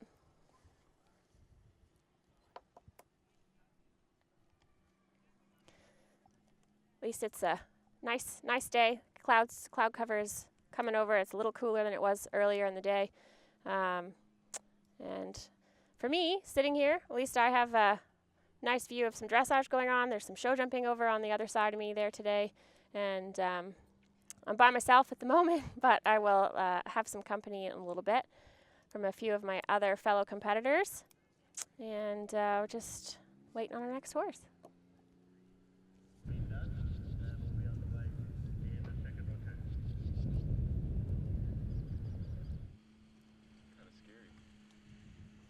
Got stuck on his saddle. And just started kicking up or flailing on its legs.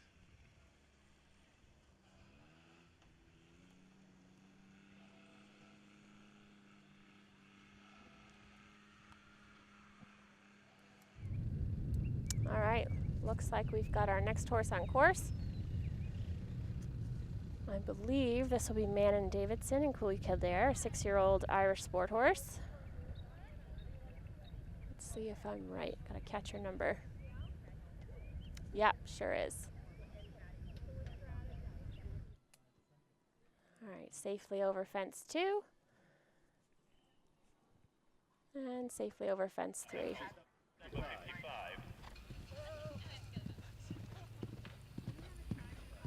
This is Manon Davidson. All right, set up for this double roll brush table. Her own 6-year-old Irish sport horse, Cooley Kildare. And then she'll head down to the first combination into the water. It's a roll top in to a boathouse. You see he just had maybe a little bit of a peek there. Oh, good job. Well done, Manon. She's got a nice forward distance, saw her distance to that table in the water and was able to move the horse up. So he got good placement with his feet, jumped that jump nice and accurately.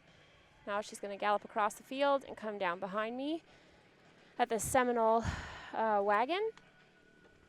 Can you hear the hoof beats right behind me? And yeah, very well done.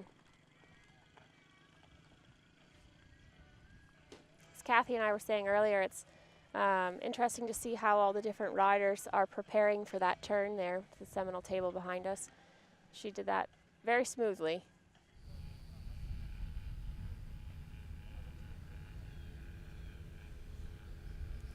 All right, now we're going to gallop across the field down to the sunken road. Again, the horse maybe had a little bit of a peek, but I think it might just be the careful type. Wants to know where its feet are all the time. And then nice and easy out through that narrow triple brush at the top of that second mound. Manon Davidson and Cooley Kildare went over the Phillips Ram shelter, and the Chevron. This horse is really cute. He's got an ear forward and then an ear back, listening to his mom, saying, okay, what's next? Where are we going? A little close there, but on her way. Just pops over the bunker down 8.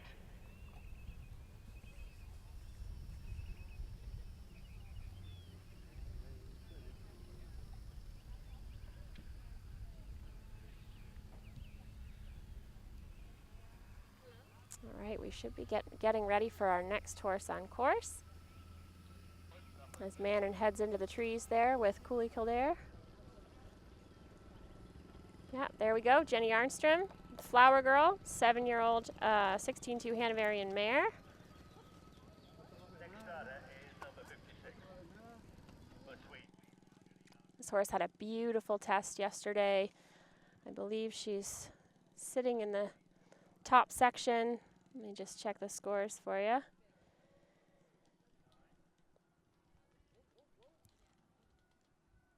There we go. Nicely ridden through there. Jenny's experience helped that horse get through that combination in the first couple of jumps. The lattice ox are at 10. This horse has got a beautiful gallop.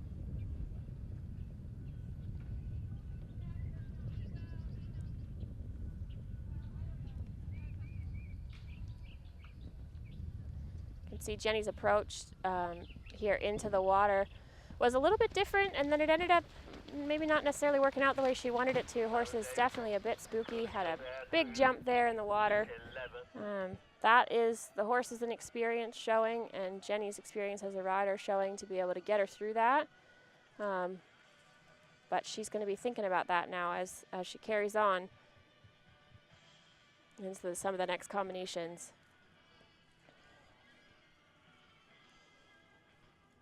Around through this turn, sets up nicely.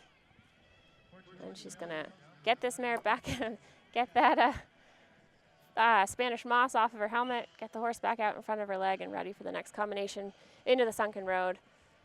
Hopefully the mare will be a little less spooky into this next set of jumps here.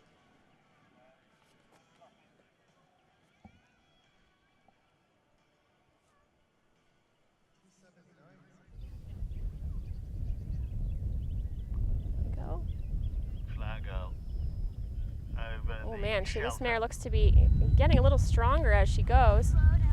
Hopefully Jenny can keep her in her box and get her home. This is back to Mannon at the second water. Nicely there over that first jump. Maybe a little forward with her shoulders there. Needs to sit up and close her leg more than using the stick on the shoulder, but she got it done. Back to Jenny now.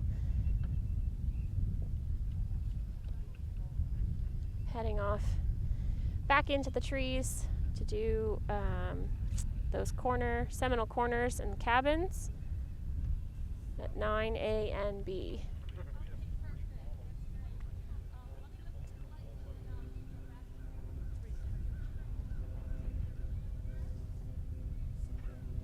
We should be looking for our next rider here in a second.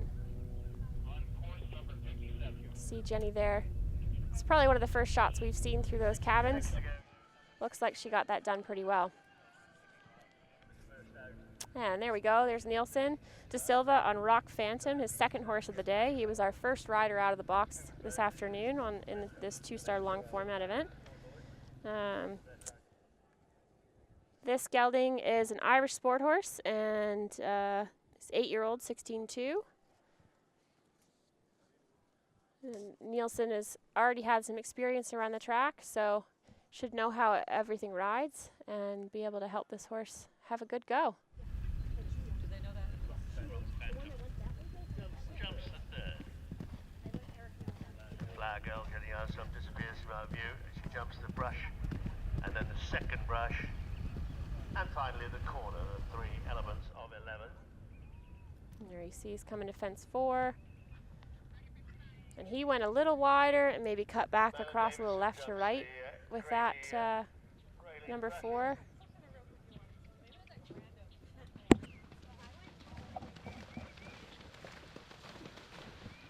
Nicely done through the water there. All right, now this horse looks like he's full of running. He's ready to go. See his step is lengthened quite a bit, head and neck lower. You can see Nielsen there just giving him a little check, what I call a brake check. Say, hey, pay attention here. We got this turn coming up. Oops. And unfortunately, I think he may have spooked at our tent. And luckily, there was enough of a turn there that he was able to get that done. You know, that's showing the horses an experience. I was saying a bit earlier that there's a lot to look at over here earlier in the course. And looks as though he probably had a spook at me and my tent here. Now we're seeing Jenny into the second water. Horse still being a little careful, but Jenny's getting it done. Seems as though that horse has plenty of run left, just looking a little spooky in those waters. Now you can see Nielsen giving this horse a bit of a push across the field. Say, get out in front of my leg. Make sure he's not being nappy towards the barn or anything like that. Try to ride the spook out of him a little bit. That'll go. Well done there over fence 8.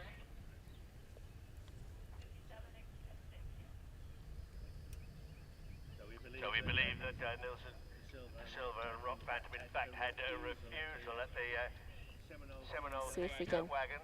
catch this picture of Nielsen going back into the trees over the Seminole Corners cabins.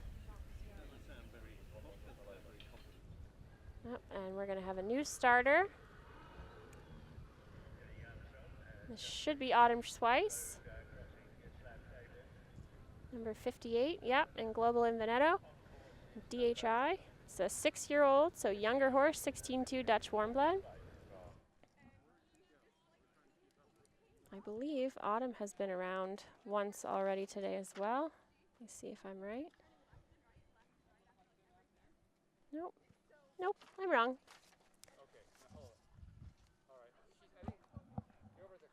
All right, so she was a bit brave there to that open oxer, but got it done.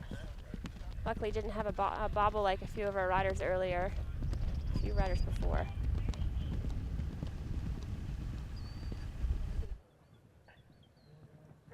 This horse has got a very active gallop. See how it handles this first combination into the water. Little discussion there. Oh, very bold. Really well done in there. See Autumn just, although she lengthened her reins to drop into the water to allow the horse's head and neck to sort of give a bit more space with that drop, she was able to draw her elbows back and maintain contact for that second jump, keep the horse up on its feet. It's really nicely done. She's headed out towards us. Hopefully her horse doesn't have a spook at me like Nielsen's did.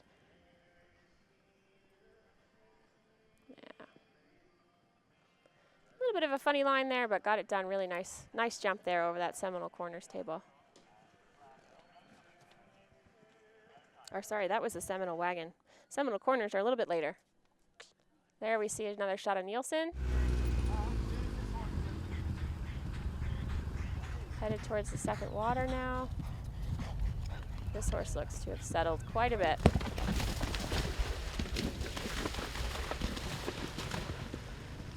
Very well done through there. Back to Autumn. Lovely ride. Very well done. She should be really pleased with that combination. Happy to have it behind her. Get a nice gallop across the field going. This horse covers a lot of ground. It's a beautiful gallop.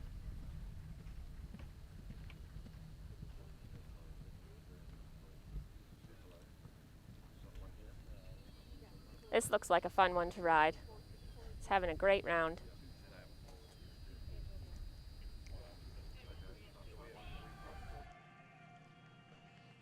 Beautiful shot of one of our water jumps there.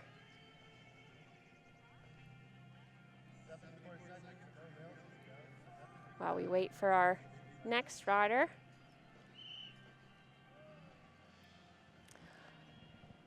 Yeah, as you see this picture of one of our wonderful water jumps, you can also see one of our sponsors for the weekend, the Dodge truck sitting there. It's a Phillips Chrysler Dodge here in Ocala. We can't thank all of our sponsors enough. Can't put on these big events without them. So huge shout out, especially to those Dodge trucks there that were in our last view. This is Jeannie Clark, number 59 on Famous 71. It's a lovely 8-year-old 17-hand German sport horse. She's just popped through the trees and headed out to the double roll brush table.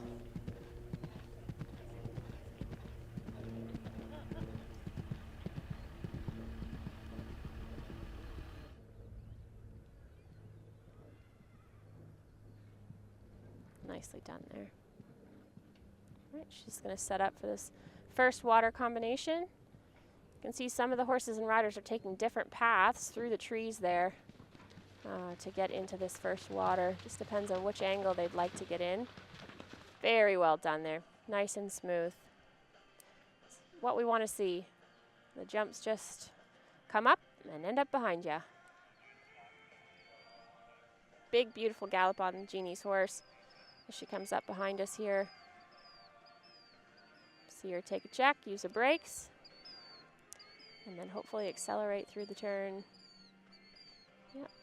She saw that little bit shorter distance there and just supported, which was really nice. You know, she'll open and back up, and see her check her watch there. All of our horses and riders today are galloping against the clock.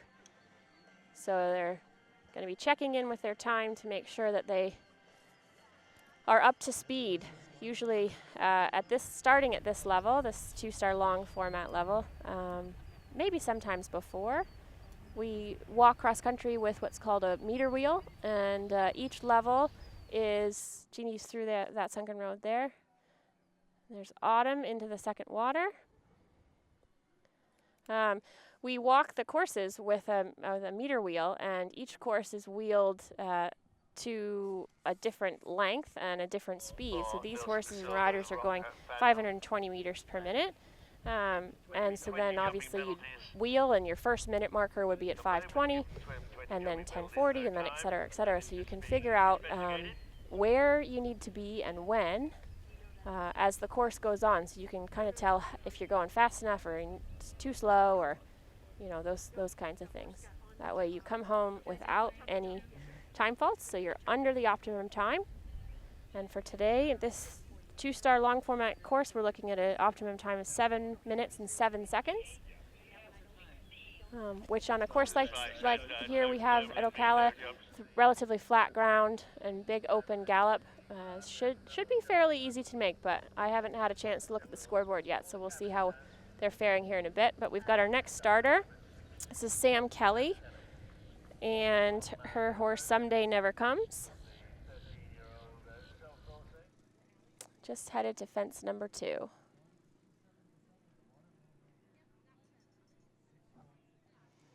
Careful jump there. In there, she'll just want to, yeah, there we go. Open the gallop up a little bit. Get him out in front of her leg for this next few jumps. Someday Never Comes over the first 3 with Sam Kelly. Little wider turn there. You know, the difference in the turns can just all affect our time, like I was just talking about a little earlier.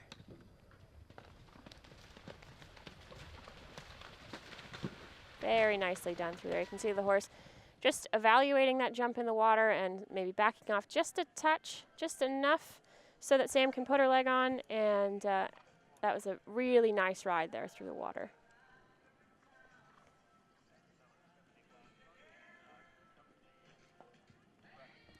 Again, she's coming up behind us. Really well done. Saw great distance out of the turn there.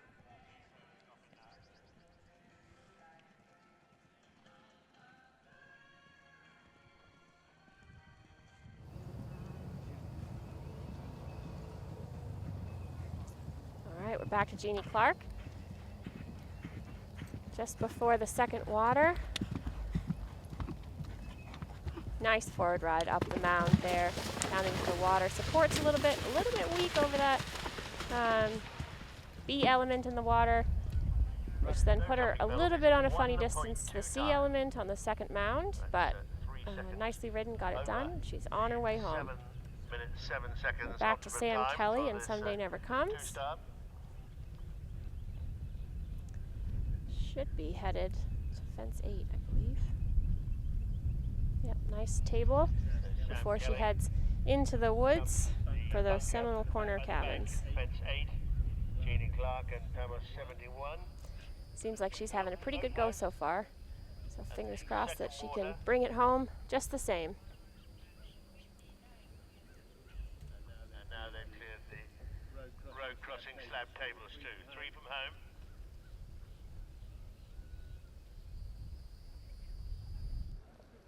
There we go, and we're waiting for our next starter.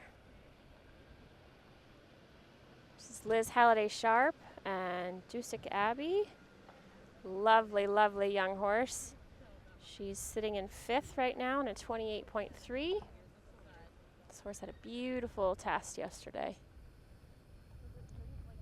Liz is one of our United States professionals. She's based here for the winter and in Europe for the summer. Hopefully she'll give this horse a nice education around this track today. There she is. 28.3 was her dressage score. Up in the top 5.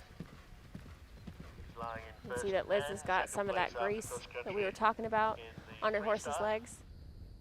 This helps them if they get in a little too close, be able to slide right over the top. Having a little check there before this first water combination. Very nicely in. Nice supportive ride. Beautiful jump out over that B element in the water.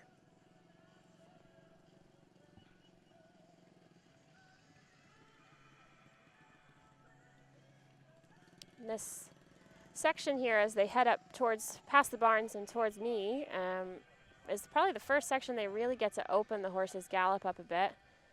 And then they use this turn as a little bit of a half halt, this fence number 6. And she gets it a little close, but it works out for her. She gives the horse a pat, checks her watch, says, all right, that's behind us, let's carry on.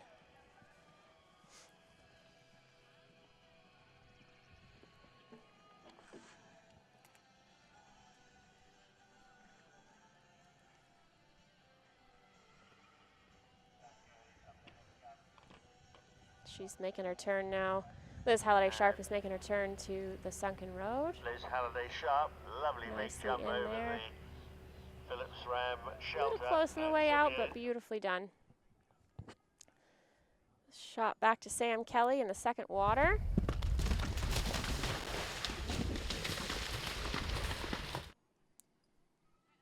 Little bit of a long spot. Horse is maybe just getting a little tired and decided it didn't want to add another step there.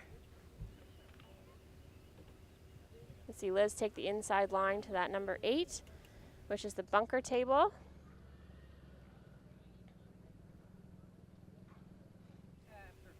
There she is. Headed back into the trees there to the Seminole corner tables.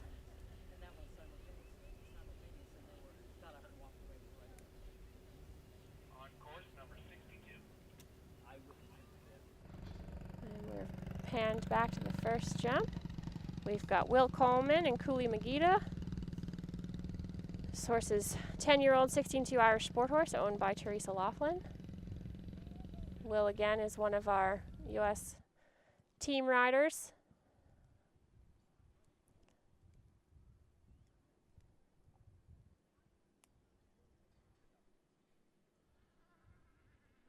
Nicely done there. Whoops, has a little spook. You see Will just say, come on now. Puts his leg on and shows this lovely young horse just where it's supposed to go, up and over that number 3 open oxer.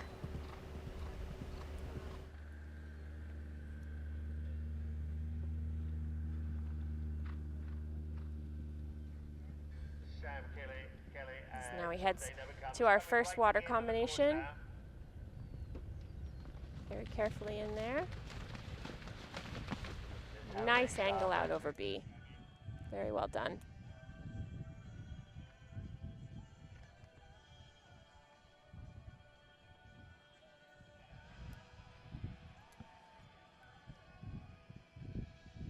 I'm hearing in the background that Sam Kelly has just had a refusal towards the end of the course at the brushes. I think that's one of the last combinations. Hopefully she can get that sorted and get the horse home. As Will comes past me here and has a nice ride to that table.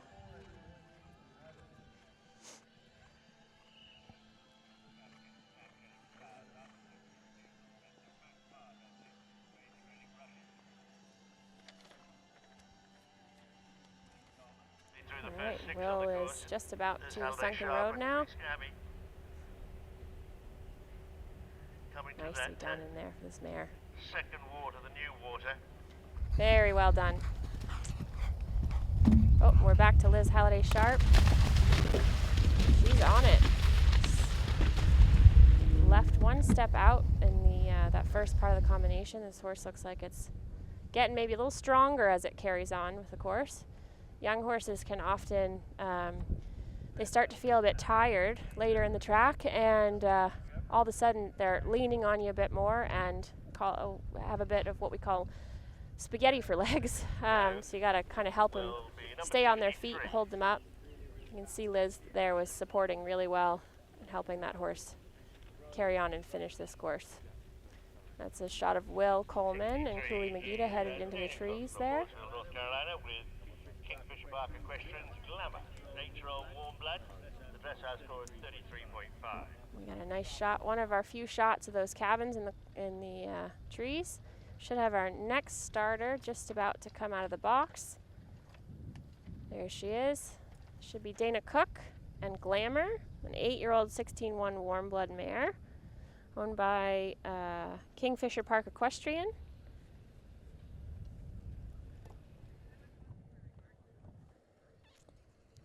Let's see how she does on this track today. Good jumping horse. See that Dana was relatively conservative there in that turn, but here she opens up the step, makes up a bit for that time. So Glamour and Dana Cook over the first three, William Coleman and Cooley Magida. They're cleared at 11. Go. Nice inside turn to fence 4. And we'll see her set up for this first water combination. Again, taking a little bit different turn maybe than the others. Beautiful jump in there. Lovely, really well done. Dana should be happy with that ride. She opens a step up, comes across the field. Oh, and now she's got a nice big open gallop going. Here, those hoof prints behind me. She checks back, gets prepared for the turn. Girl, good, well done.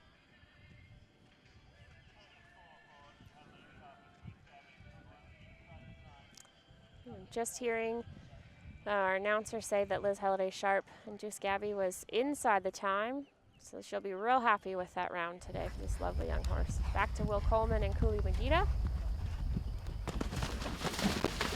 A little bit tight there. This might be just getting a little tired.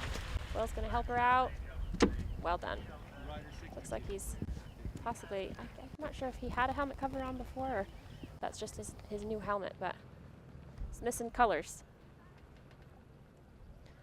Here we see a little long shot of, I believe, Will Coleman and Cooley Magida coming across the field. Now we're back to Dana Cook and Effie Glamour. Dana Cook and Glamour. Headed to our bunker at 8. Bunker at 8 and then into the trees for those Seminole Corner cabins.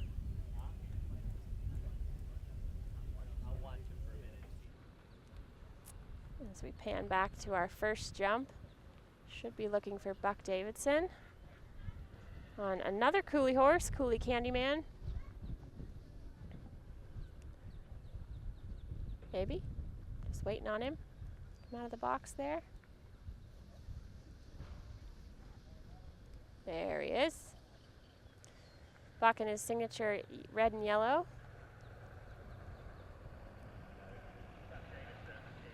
Just started this horse as a 6-year-old 16-2 Irish gelding, owned by Rolo 7 LLC.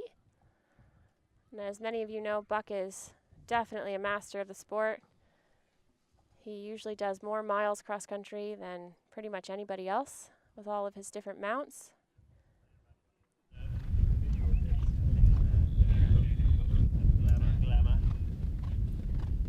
They've jumped the brushes to the corner at fence 7. Here, fence 4.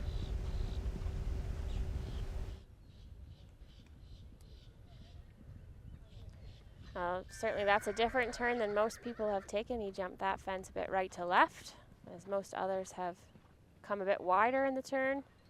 Doesn't seem to have made any difference in his time frame or the number of steps the horse has taken.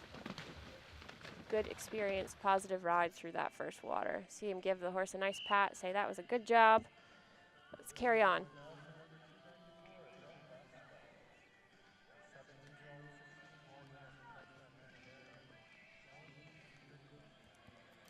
He's galloping up behind me here.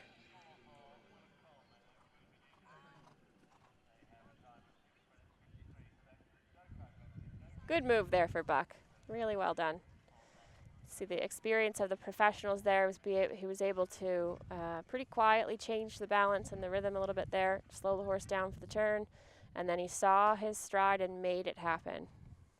Back to Dana Cook now with Effie Glamour. She heads to the second water. She's headed home. Adds a little careful step there. But nicely over B. Maybe a little wider turn than she had anticipated, but easily over C. Looks like Buck has maybe had a little bit of a run out at the second part of the sunken road here with this young horse, Cooley Candyman. Gets it done, second try. So that allowed 20 penalties to, an unfortunate 20 penalties, sorry, my words are getting stuck. An unfortunate 20 penalties to Buck's score, but rewarding the horse for doing the job a second time, and maybe go home and have a school over a couple of narrows in a couple of weeks after this horse has had a little vacation. Well done there.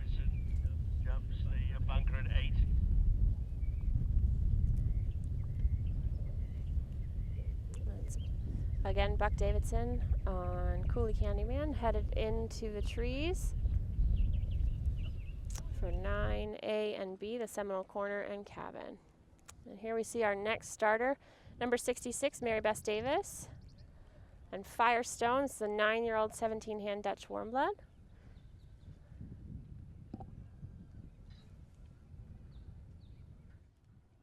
She is headed to fence 2.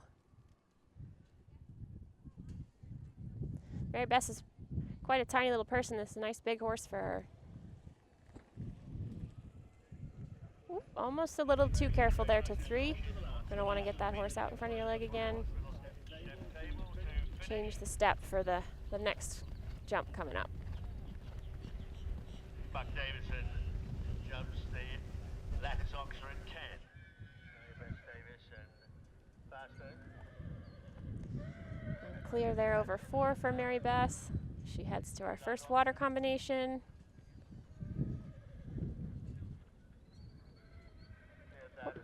Maybe a little careful there. Gives him a little encouragement behind the saddle with her stick. And got that second fence down, but you can see it was just going through that left shoulder a little bit, so she'll want to keep that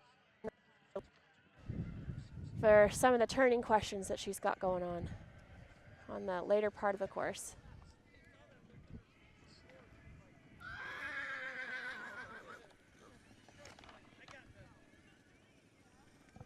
Here she is behind me. Little close distance, but no problem with that left turn. She gets the horse back out in front of her leg, gallops across the field, headed for the sunken road.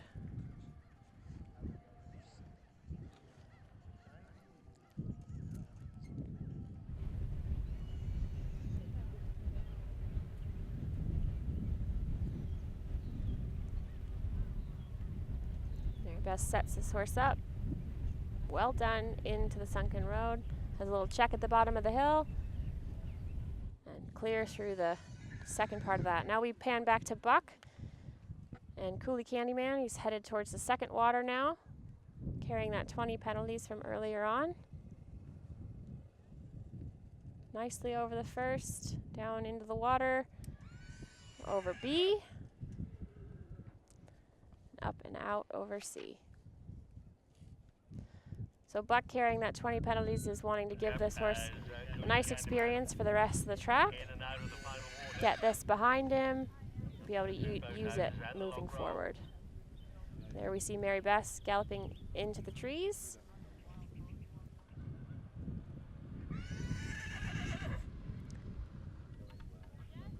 There she is. Next to go go is number 67, Isabel Holden from Minneapolis. All right, and now we've got our next starter, Isabel Holden and Rebel Soul. It's an 8-year-old 16-1 thoroughbred gelding. He looks like he is full of run. Be interesting to see how she manages this strong horse early on in the course, and then how he adjusts as she carries through the course. Whoop, and left one out. That was brave this early on. You can see her definitely having to work with this horse to get him to pay attention and come back to her.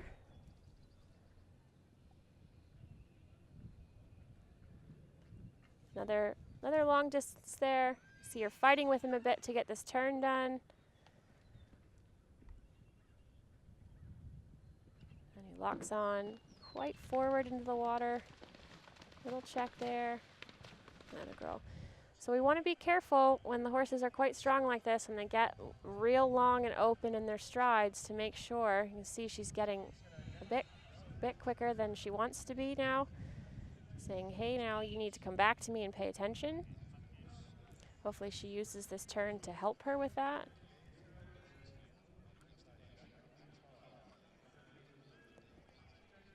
Gets that distance, even though it was a little tight, was actually probably good for this horse.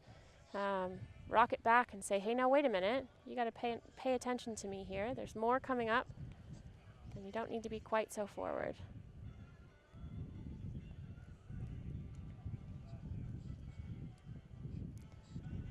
Headed now to Isabel Holden, and Rebel Soul are now headed to the Sunken Road. She's certainly got her work cut out for her today. This horse is bold and strong. At least she can get this narrow done. At least it's honest. Good girl.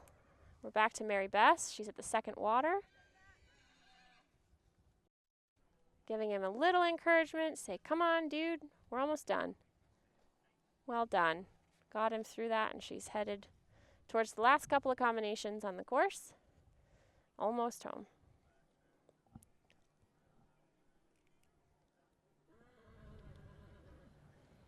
I think that might be Isabel Holden heading towards the back part of the course.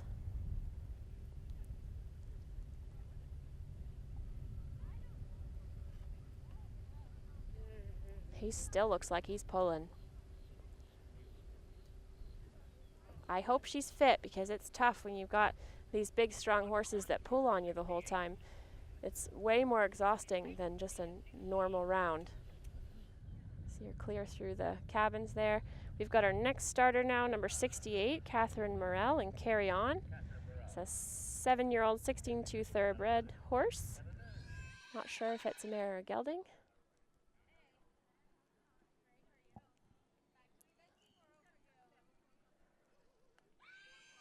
You see her as she's headed to fence 2 now. Nice open step there.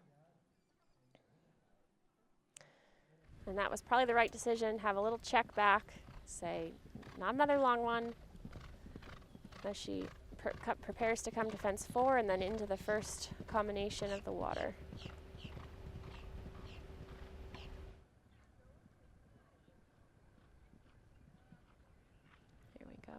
Looks like that turf is certainly getting beat up after fence number 4, that double roll brush. And she heads to the water. Oh, and he takes off a bit long. She sits with it nicely, and well done through the B element of the first water.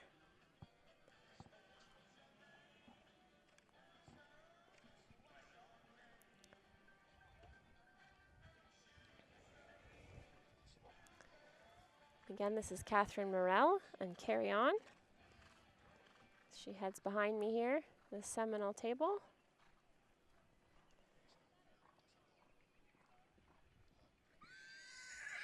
Well done through that turn.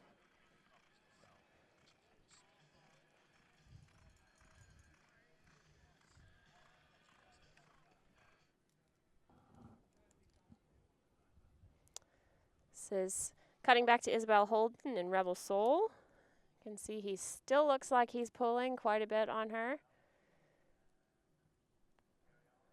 He's full of plenty of running. Maybe one of those horses is a bit more bold than you'd like him to be. Yeah, just almost missteps there. She's lucky that he didn't catch a leg. She's doing a good job trying to set him back, but he's certainly being strong. Now we're back to Catherine Morell and Carry On. Oh, and Isabel again. There we go.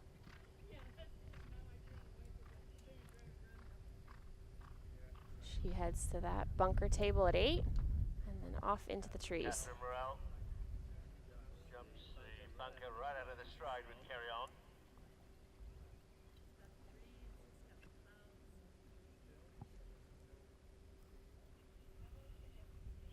It's a funny angle here looking at them leave from fence 8, heading towards the trees there into fence 9, where we've only seen a couple of the riders get through on video through those cabins in the corner. It looks like they're headed towards the trees forever. All right, we've got another starter here. This is Cole Horn and Cooley Sligo. 7-year-old 16-2 Irish gelding.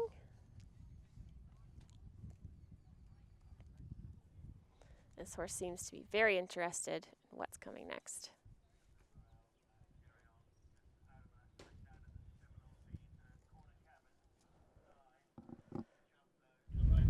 Little added step there.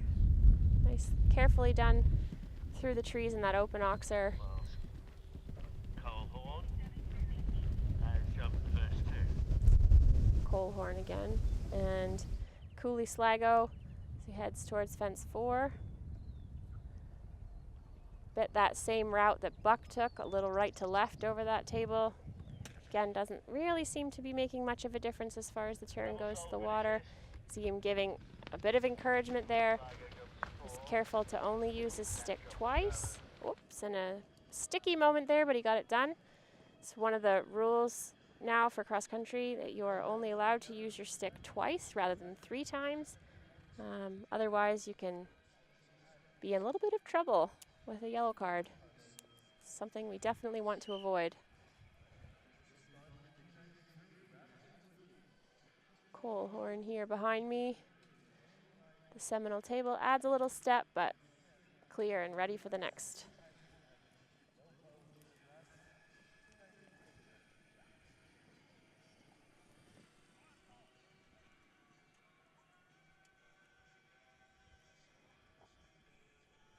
Can see this horse just sort of starting to change the way he listens to the rider, changing his ears a little bit as he says, well, where are we going? What's next?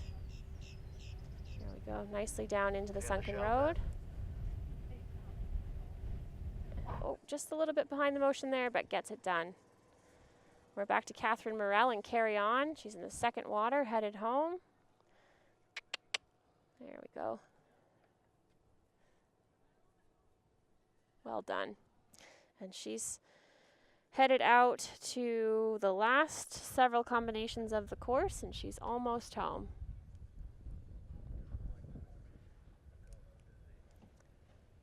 I believe that's Cole Horn we're seeing come across the screen. There we go. Headed out towards those Seminole Corner cabins.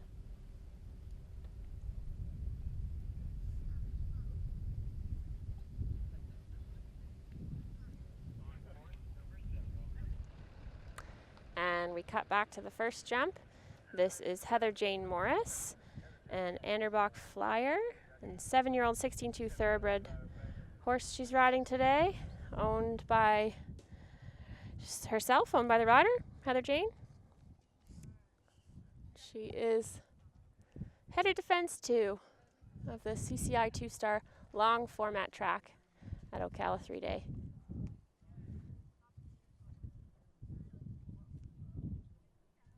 Little bit of a long spot there, but nicely behind her. She opens the horse's step and is ready to take on the rest of the track. Anderbach by Heather Jane Morris, turning to go back through the tree line. Nice rolling gallop there. Horse looks to be getting a little strong. She's saying, come back to me, pay attention, something's coming. Bold into the water there, gathers her reins. Nice jump out, well done. See the horse just wringing his tail a little bit there with the water caught in it.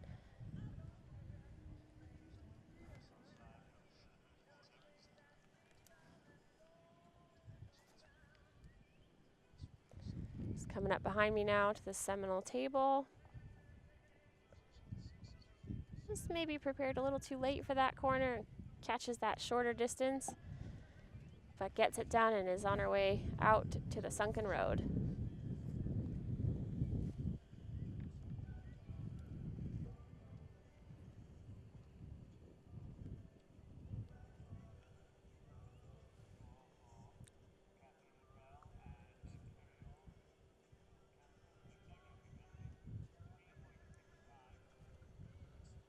Whoops, just a little bit sticky there into the sunken road. And we're back to Cole Horn in the second water. Oh, bugger. So we're seeing Heather Jane Morris now circle around. Looks as though she's had a run out or stop at the second element of the sunken road. You can see in the earlier picture he was just a bit sticky in. But she gets that narrow done on the way out and sends him forward and says, all right, now that's behind us, let's get moving. She'll be disappointed to have that 20 penalties added to her score, but she's looking to have a finish today.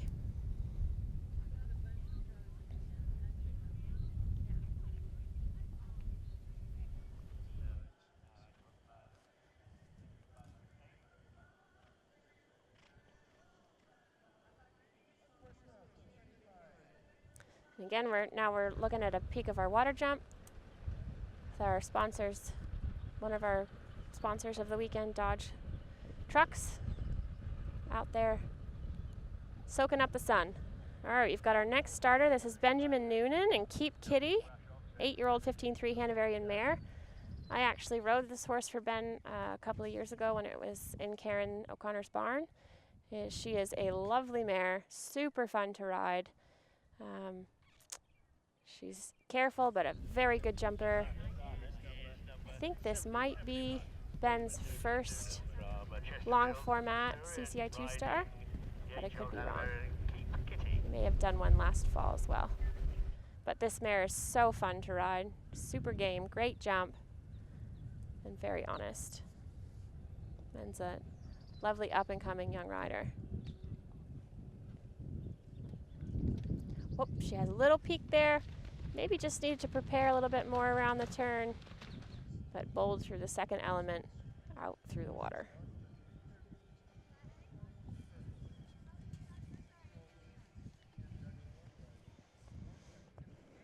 This is a little mare. She's only 15.3, but she's got a huge step, as you can see her galloping up behind us now. Yep. And she's had another little spook. Just gonna... It'll be interesting to see what the jump judges do about that. I couldn't quite tell if he actually crossed his tracks or not. You saw as he came across the field, he was the mare was quite strong and had a bit of a spook, just like some of our earlier horses, probably at our tents and things that are sitting here. There's, like I said, a lot going on this end of the track. It'll be interesting to see if how the jump judges reflect that on the scoreboard, whether or not he was able to not cross his tracks and still get that done without circling. You saw she was just a little long there to that narrow jump out of the sunken road, but got it done. And I think we're back on Heather Jane Morris now as she heads to the second water. Nicely done there. Just pops right over that first element, easily over the second. This horse looks like he's got plenty of gas left in the tank. Well done.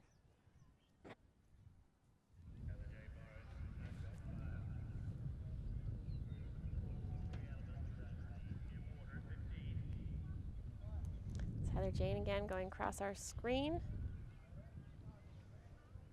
As we pan back to the first jump. Oh, now we're looking at our beautiful Dodge truck there at the water again. And we're back to our first jump. This is Caitlin Samuels and Ballysimon Cavalier. Beautiful paint horse. It's technically an Irish sport horse. It's 9 years old, 16.3.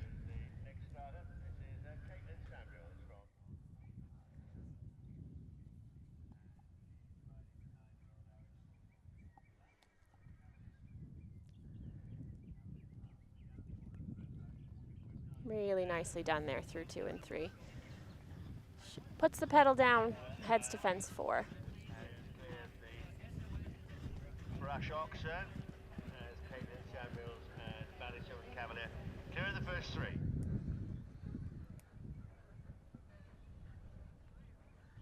All right, it's a little bit wide there, maybe on her turn. That doesn't seem to phase the horse at all. Ooh, maybe just a little bit of a peak there on the way into the water. And again there, kind of a big lofty jump through the second part of that combination. She want to make sure that she keeps that in her brain for later. Make sure she keeps that horse out in front of her leg and ready for what's coming next.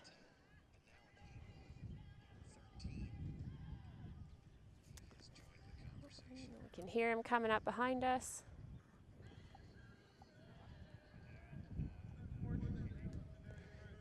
You can see there that some of these younger riders are coming a bit too quick into the turn and ending up getting a little bit wide there and having to help the horses out through that turn. We're back to Ben Noonan and Keep Kitty as he heads up to the second water. Oh, leaving a stride out. I told you this mare is bold. She sure is. Well done there. Back to Caitlin Samuels. She heads into the sunken road. Horse takes a little stutter step. And again there to the narrow, but gets it done.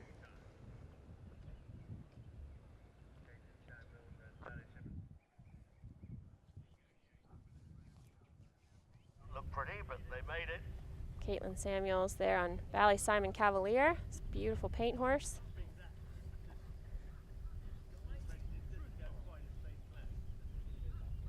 Headed to fence 8. Nicely done there at that bunker table.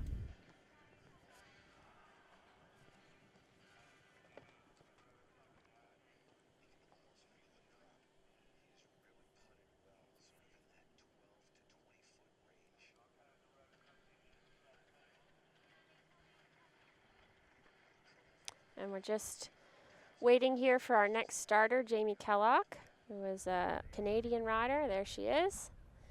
On Summer Bay, it's a 10-year-old 16-2 Irish gelding. Jamie is based in Ontario, Canada, works for Jessica Phoenix. Does a lovely job bringing up some nice young horses, this being one of them.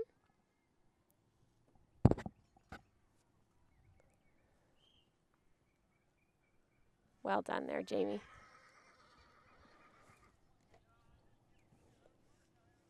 Nicely through 3 and on her way. Bet it's got to be nice for these Canadians to be down here out of the cold winter up there in Canada.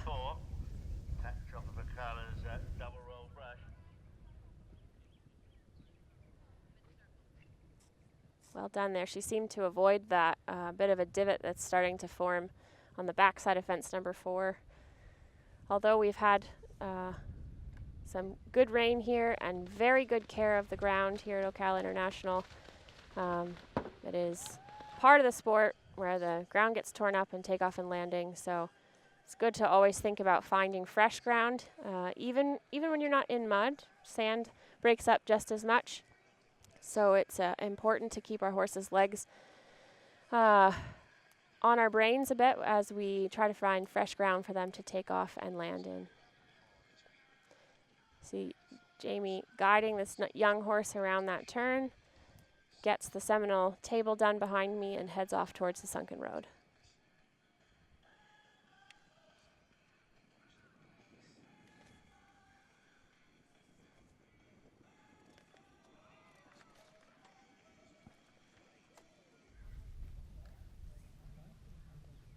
And see Jamie setting Setting up Summer Bay for this drop into the sunken road. Positive ride there in. Takes another check back. Just pay attention. Lovely ride out. Really well done. She should be very happy with that. And we're back to Kate Samuels in the second water. Oh, little trot step. Leg on, kid. Keep kicking. Oh, don't fall off. Oh, bugger. And she's just lost her line a little bit there as she got popped out of the tack and is going to have to reapproach for the third element in the water. I think that might be the first time we've seen that happen today.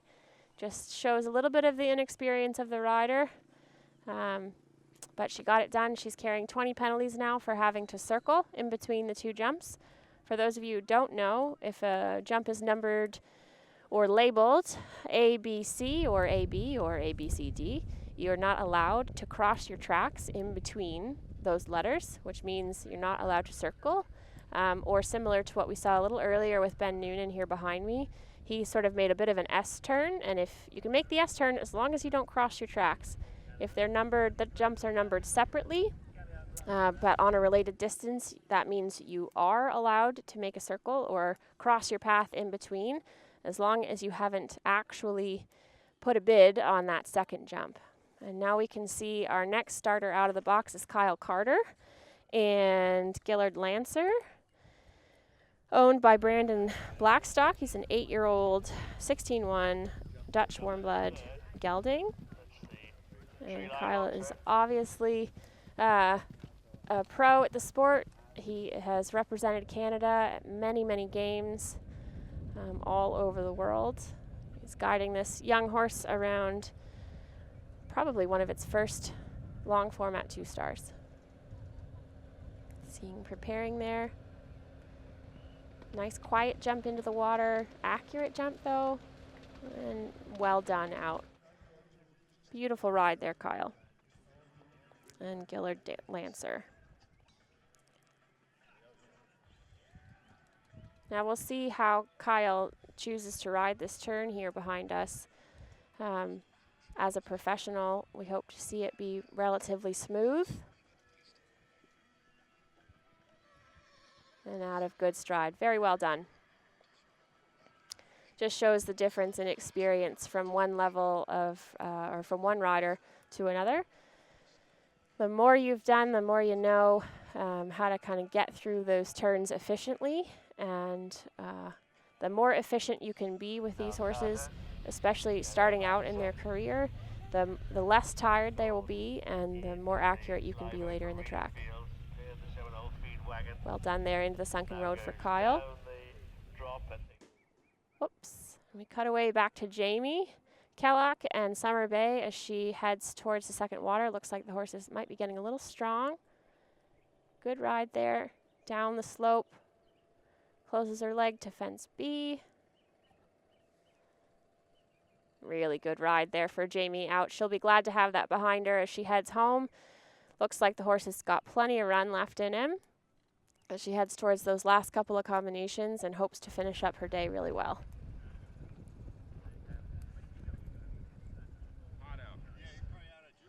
I am. Are you desperate for one? No, I'll survive. Thank you, though.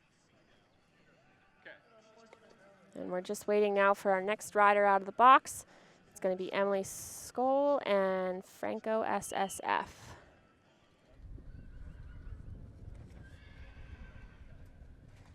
There she is.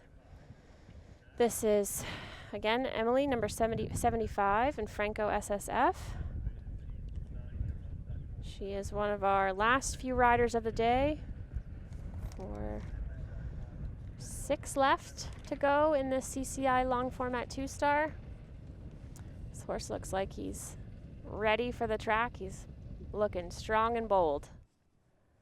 Emily's going to have to manage him quite well in the beginning of this track until he kind of settles in a little bit more. You can see her there just reminding him not to get going too fast, as we've seen a few of the riders earlier in the track. Seem to be just going a bit too fast. She's just saying, you can gallop, but you know, not quite so fast. Sets him up there for this turn into the water.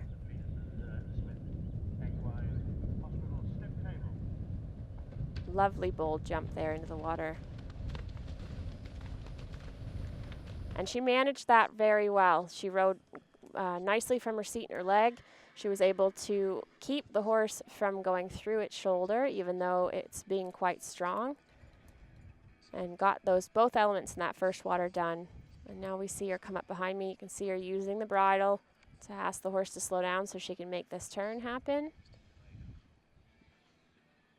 And well done. For a horse that's quite strong early in the course, that was good use of that turn to help him slow down, but still have an accurate jump out over that table.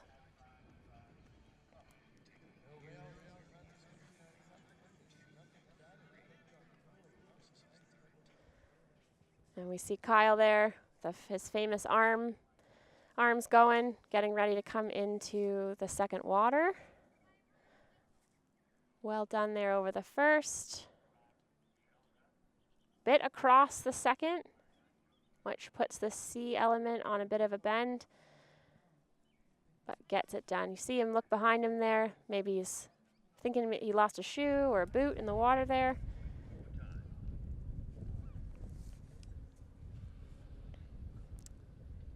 Just has a nice open gallop across the field as he heads towards home. Just a few more jumps left to go.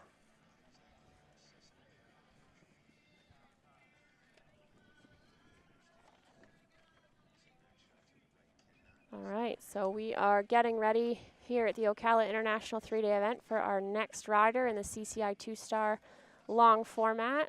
This is our second class of cross country that we've had going today. The 3-star went earlier this morning, and we are just about wrapped up in the 2-star. We've got 5 riders left, and there we see Lauren Kiefer starting on Landmarks Apollo, owned by Mrs. Mars. This is one of Ms. Mars's homebred horses. Got a lovely breeding program going on in Middleburg, Virginia, and the horses travel south with the whole team to spend the winter down here in Ocala, and then they'll go back up to Middleburg to Ms. Mars's lovely Stonehall farm. Very well done there for Lauren through the first couple of fences. This nice young horse. I believe she had a very good day yesterday, sitting in 7th on this horse. Well, you can see him just having a little bit of an opinion, I guess, about the bridle there on the turn.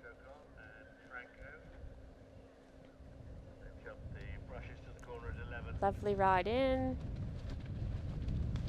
See Lauren move up to that distance there in the water and help the horse cover the ground. Really well done.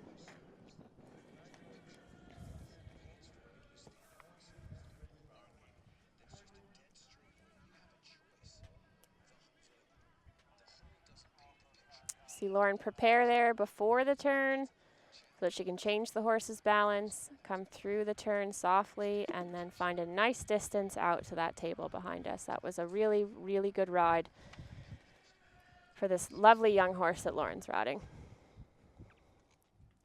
And we pan back to Emily and Franco SSF as she jumps the fence before the water. Still managing this horse a bit. And just gives him a little tap. I think he was going, but you never really know, so you always want to make sure that you get through the flags first. Nicely done there. Bowled through the second water. She heads off towards the last set of tables and Crazy Brush railings at the last combination, headed towards the finish.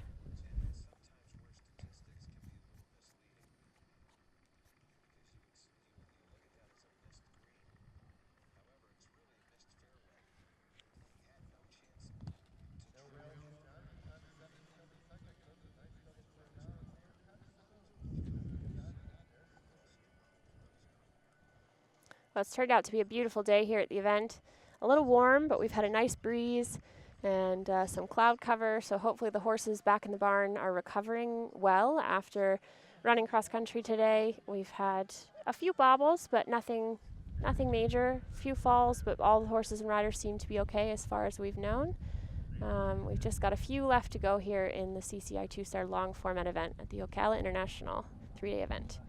We do have our next starter now. This is number 77, Katie Ruppel, and a Sportsfield Diamond. This is an 8-year-old 17-hand Irish sport horse. See Katie in her signature black and yellow.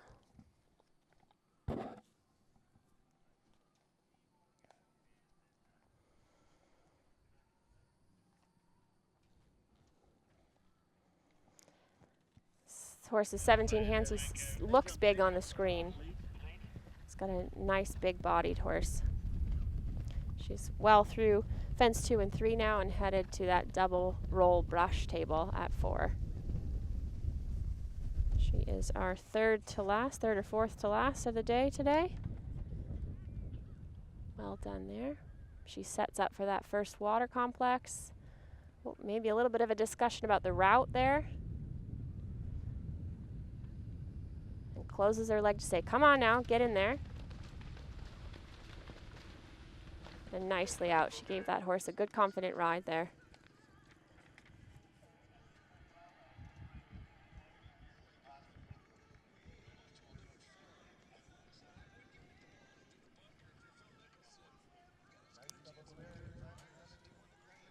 And here Katie is coming up behind us on a Sportsfield Diamond.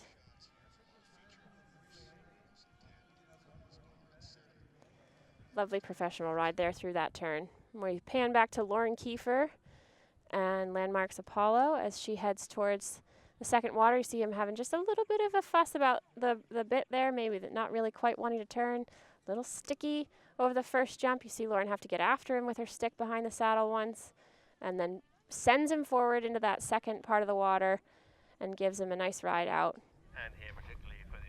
And back to Katie in a Sportsfield Diamond as she heads into the sunken road. Nicely through the first and up and out over the second. Lucky there, it looked like she had a little bit of a communication issue for a second, but it was managed very well.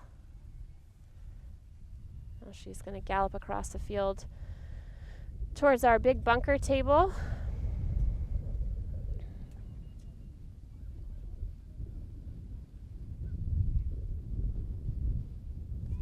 And then head out into the far part of the course to the Seminole Corner and Cabin. And again here we're just about wrapped up with our CCI 2-star long format at the Ocala International 3-day event. For those of you who've been tuning in, it's been a great day of cross country. And we've got our next out now, Laura Saremi and 8 Tracks Robutus. And she is number 78. This is a 10-year-old 16-3 Irish sport horse.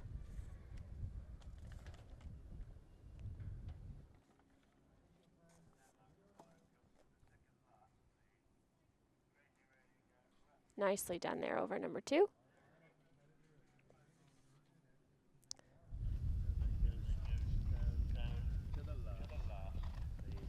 And I'm hearing that Lauren Kiefer is clear through the last. As Laura Saremi is just headed to fence 4.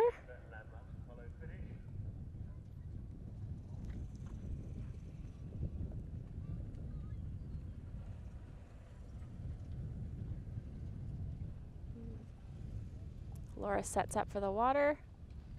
Bold jump in. Makes a nice bend to the B element. Almost takes a bit of a long spot there. Gets it done. Sends the horse out in front of her leg across the field. Headed towards us here at the Seminole table.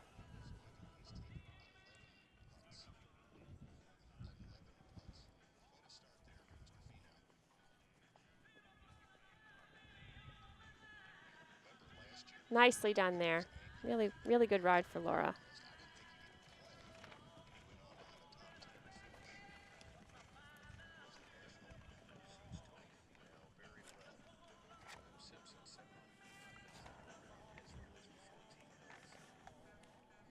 Now Laura is headed out to the sunken road.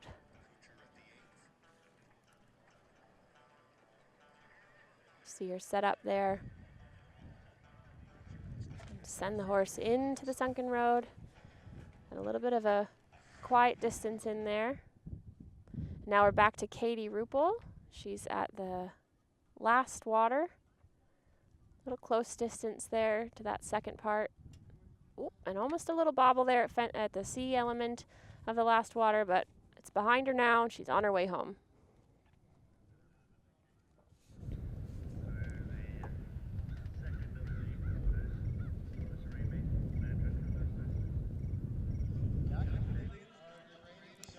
And we are waiting for our second to last rider in the CCI 2-star today. It's going to be Leslie Law and Rock On Cooley. He's been around the track once already today, so he knows how it's going, and will be able to give his horse a nice, confident ride. There you see is starting, headed towards the second jump.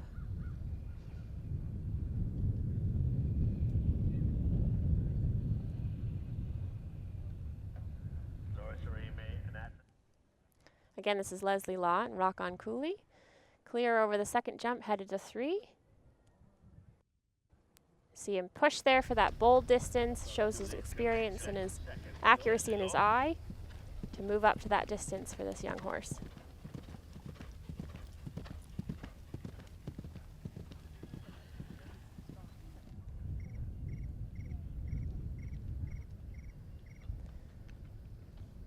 Takes that nice inside turn. Oh, has a little discussion there with Rock On Cooley as he heads to the water. Gets the turn done, jumps in nicely. And the B out over the B element.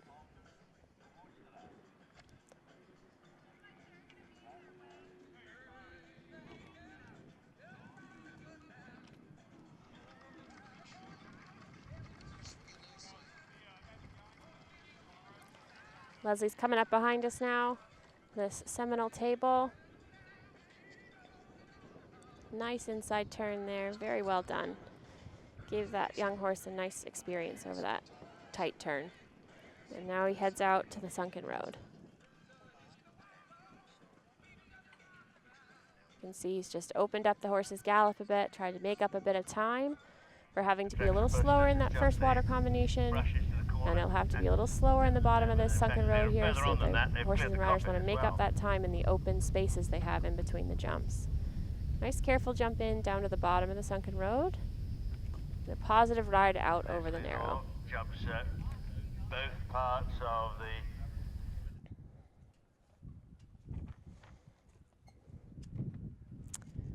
And this looks like we've cut back to Laura as she heads into the second water. Horse put in a fun little, what I call tranter step, which is nice to see the horse be smart about where to put its feet. He knew it couldn't fit a full canter step, so he just basically put in half a one for her. Really nicely done there. And she's headed towards those last couple of combinations on her way to a lovely finish for her CCI 2-star long format this weekend.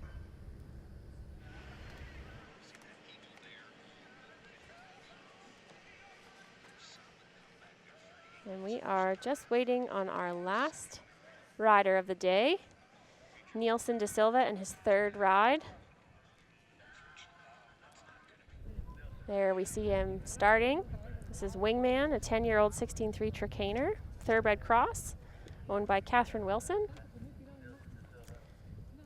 And like I said, this is Nielsen's third ride of the day, so he's certainly well aware of what's going on the track in front of him. He's headed towards fence 2.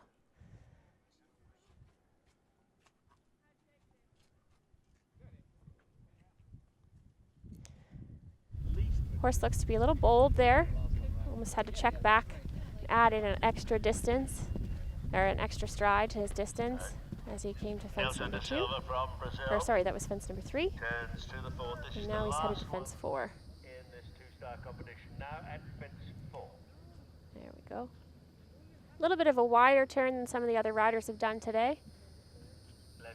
That gets the turn done, prepares early here for the into the water. A little bit sticky there with his front legs. Nielsen's going to want to be careful with that. Just a bit sticky there in the water. Wants to get the horse back out in front of his leg. Allow him to be a little bit clearer with that front end.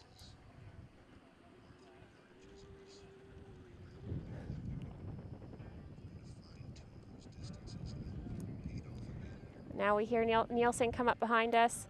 The Seminole table. And nicely done there through the turn.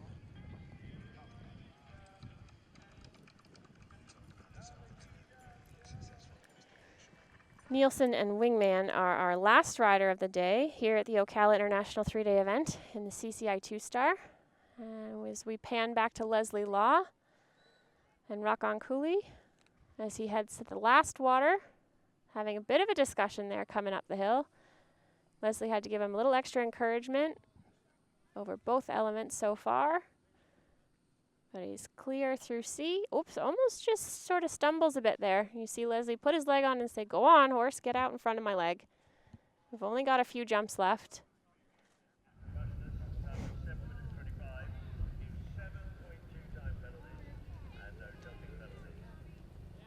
All right. Here we see Nielsen just headed into that second, or the back part of the course. Fence 9AB. The Seminole corner cabins there.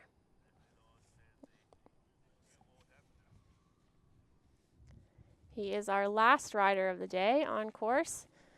I think Leslie should be just about finished. So we'll be with Nielsen the rest of the way around, get through those cabins nicely. Heads off for the second part of the track.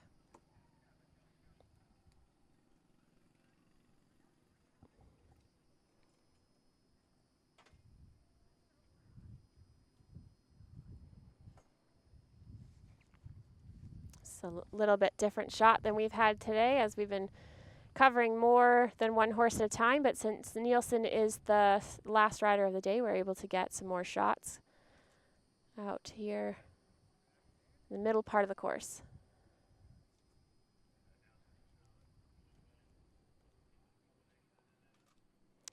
And he's through that combination there at what looks to be the hollow.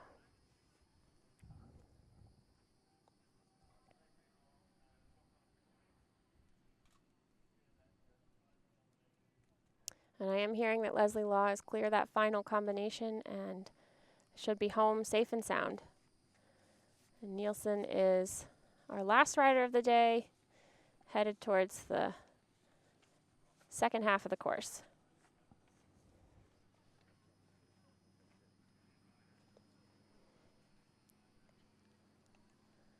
I believe this is out towards the coffin there. We haven't seen that shot before today on our live feed.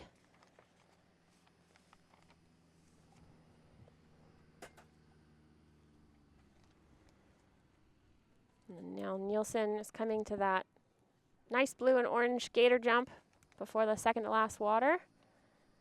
Or sorry, before the last water. Oh, and a nice stop there. Not a nice stop, I should say. A pretty rough stop. You can see that Nielsen's vest has blown. We wear safety air vests over top of our crash vests, and it looks like the strap may have just been a little bit too short, and he's struggling to get it undone so he can breathe. Luckily, he's a little bit later on in the track, so he doesn't have to carry on like that too long, but he's going to have a little reapproach now. And very stickily over that second attempt, gets through fence B and clear over C as he's headed home. That's an unfortunate 20 penalties to have towards the end of the course. Looked like the horse was going quite well up until that point, but just had a little bit of a sticky moment. Maybe that shows his inexperience at the level, as the horse had a pretty late stop there. But Nielsen's got it behind him, and he's headed towards the last part of the course, and just a few more combinations and that unfortunate 20 penalties to add to his score, but should be home safe and sound soon.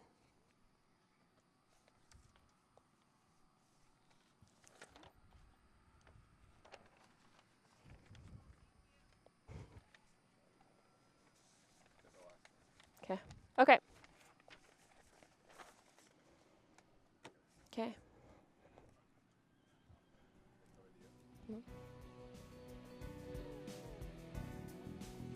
So that is a wrap for the end of our two-star CCI long format two-star division today, cross country here at the Ocala International event. It's been a good day, few bobbles, but nothing too bad, and hopefully the horses and riders are recovering well after a long day in the heat, and we will be back in the morning at 12:30 for the show jumping.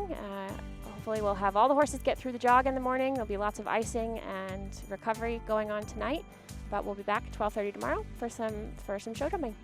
Hope everybody had a great day.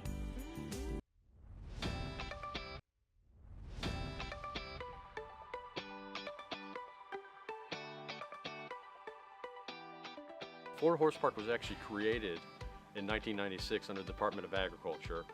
It was reorganized in 2005, but it really didn't take off until about the last 5 years. I think the Florida legislature kind of realized how valuable the park was to the community, to Marion County, and to Florida itself. So they kind of started supporting it, and we're very excited to get their support and continue the growth. I'm really excited about some of the recent changes here at the park. The new arenas, the Martin Collins Clop Fiber arenas, were a huge added benefit and will allow us to bring in better, bigger shows, especially for dressage eventing and the hunter jumpers. Our goal is to obviously create an international competition facility that encompasses all breeds, all disciplines. We've got plans to promote the education of agriculture and the equine disciplines, and just make the facility just an all-out facility for the people of Marion County, the people of Florida, the United States, and the international community. I've been coming to the park for years. My wife rides and competes here. I come out and ride with her as well. So working here for me is more of an opportunity to really move things forward and see a great facility grow, something that I've used for a long time myself.